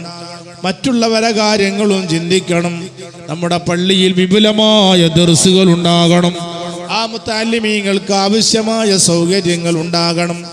ദർസുണ്ടായി മെയിൻറ്റ് ചെയ്തില്ല, ഇൽമുണ്ടായി മെയിൻറ്റ് ചെയ്തില്ല, അതുപോലെ സഹായിക്കേണ്ടയിടത്ത് മെയിൻറ്റ് ചെയ്തില്ല. നാളെ പാരത്രിക ലോകത്തെത്തുമ്പോ കുടുംബസമേതം സ്വർഗത്തിലെത്താൻ സാധിക്കുകയില്ല. സല്ലി സലാത്തൻ കാമില സല്ലിം സലാമൻ ശാമില അലാ മൻ ജാ കാഫിലൽ ഐതാമി വൽ ആറാമില അസ്ക സലാത്തി വസ്സലാം യൻസബു മിൻക ബിദവാം യസ്മലു ലഹുൽ കിറാം വസഹബഹുൽ അമാതില. പാവങ്ങളെ കണ്ണീരൊപ്പുന്നവനും ഞാനും സ്വർഗത്തിലാണെന്ന് സയ്യിദുനാ മുത്ത് റസൂലുള്ളാഹി. മൂന്നാമതായി അല്ലാഹു പറയുകയാണ്, നരകവാസികൾ ഞങ്ങൾ എന്തുകൊണ്ടാ നരകത്തിലെത്തിയത്? അവര് പറയുന്നത് വകുന്നാ നഖൂലു മഅൽ ഖായിലീൻ. ഞങ്ങളിങ്ങനെ ജോലിയടിച്ച് നടക്കുകയാ. അപ്പുറത്തൊരു ഗാനമേള ഉണ്ടെന്ന് കേട്ടാൽ അങ്ങോട്ട് പോകും, ഇപ്പുറത്തൊരു നാടകമുണ്ടെന്ന് കേട്ടാൽ ഇങ്ങോട്ട് പോകും, അവിടെ എന്തെങ്കിലും അനാശാസ്യങ്ങൾ ഉണ്ടായാൽ അങ്ങോട്ട് പോകും. ഞങ്ങൾ അല്ലാഹുവിൻ്റെ അടിമയാണെന്ന ചിന്തയില്ല, ഞങ്ങൾക്ക് മുത്തുനബിയുടെ ഉമ്മത്താണെന്ന ബോധമില്ല. ഞങ്ങളിങ്ങനെ അഴിഞ്ഞാട്ടത്തിൻ്റെ വക്കിലാ, വേണ്ടാത്ത പ്രവണതയിലാ, ജോലിയടിച്ച് നടക്കുകയാ. ഇന്നത്തെ കഥ അങ്ങനല്ലേ? മക്കളാകട്ടെ എന്തെല്ലാം വേഷം, കൈമ ഒരു ചെയിൻ, കൗത്തിലൊരു മാല, എന്തെല്ലാം വൃത്തികേട്, മുടിയാണെങ്കിൽ അങ്ങനെ.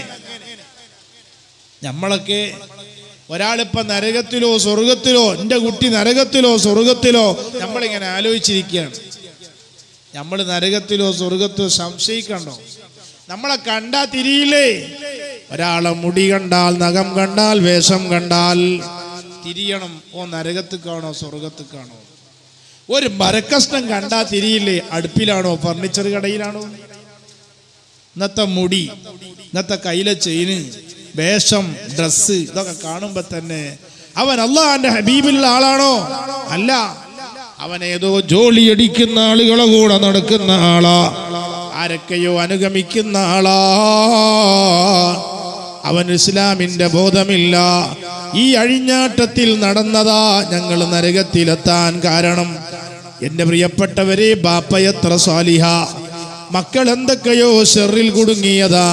മക്കൾ ആരൊക്കെയോ കൂട്ടാളികളെ കൂട്ടത്തിലാ. അവന്റെ കൈ കണ്ടാൽ, മുടി കണ്ടാൽ, വേഷം കണ്ടാൽ, ഡ്രസ് കണ്ടാൽ ഉപദേശിക്കാൻ കഴിയണം. ഉപ്പമാരെ, ഉമ്മമാരെ, അള്ളാന്റെ ഹബീബിന് പൊരുത്തമുള്ള വസ്ത്രമണിയാൻ, അള്ളാന്റെ ഹബീബിന് പൊരുത്തമുള്ള നഖമുണ്ടാകാൻ, അള്ളാന്റെ ഹബീബിന് പൊരുത്തമുള്ള മുടിയുണ്ടാകാൻ നമ്മളെ മക്കളിൽ തയ്യാറാവുക.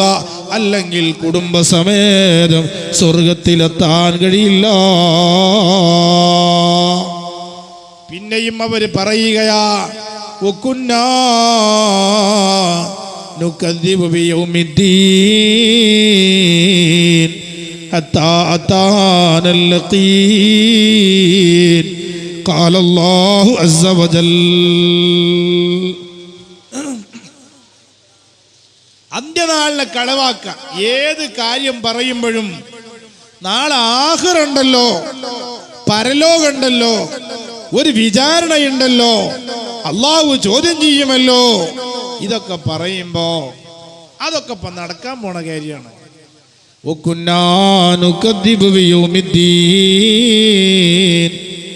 ഞങ്ങൾ അന്ത്യനാളിനെ കളവാക്കുന്നവരാ. ഇവിടെ നമ്മൾ സാലിഹീങ്ങളെ ആണ്ട് നടത്തുന്നതും, നമ്മൾ ഇതുപോലെ വഅദ് സംഘടിപ്പിക്കുന്നതും, പള്ളിയിൽ ദർസ് നടക്കുന്നതും, എല്ലാ നല്ല കാര്യങ്ങളും ചെയ്യുന്നത് നാളെ റബ്ബിന്റെ അരികിൽ പ്രതിഫലം കിട്ടാനാ. നമ്മൾ അല്ലാഹനെ കണ്ടിട്ടില്ല, നമ്മൾ സ്വർഗം കണ്ടിട്ടില്ല, നമ്മൾ നരകം കണ്ടിട്ടില്ല. എല്ലാം കണ്ട ഒരു നേതാവ് നമുക്കുണ്ടല്ലോ, അതാണ് സയ്യിദുനാ മുത്ത് റസൂലുള്ളാഹി. അതെല്ലാം അല്ലാഹു കാണിച്ചു കൊടുത്ത സന്ദർഭത്തിലും മാസത്തിലുമാ. ആ മുത്ത് നബിയെ നമ്മൾ അംഗീകരിക്കുകയാ, അവിടുന്ന് പറഞ്ഞതെല്ലാം സ്വീകരിക്കുകയാ. നബിയൂനല്ലമീറു നാഹി ഫാല അഹദു അബറ ഫീ ഖൗലിലാ മിൻഹു വല നഅമി മൗലായ സല്ലി വസാ.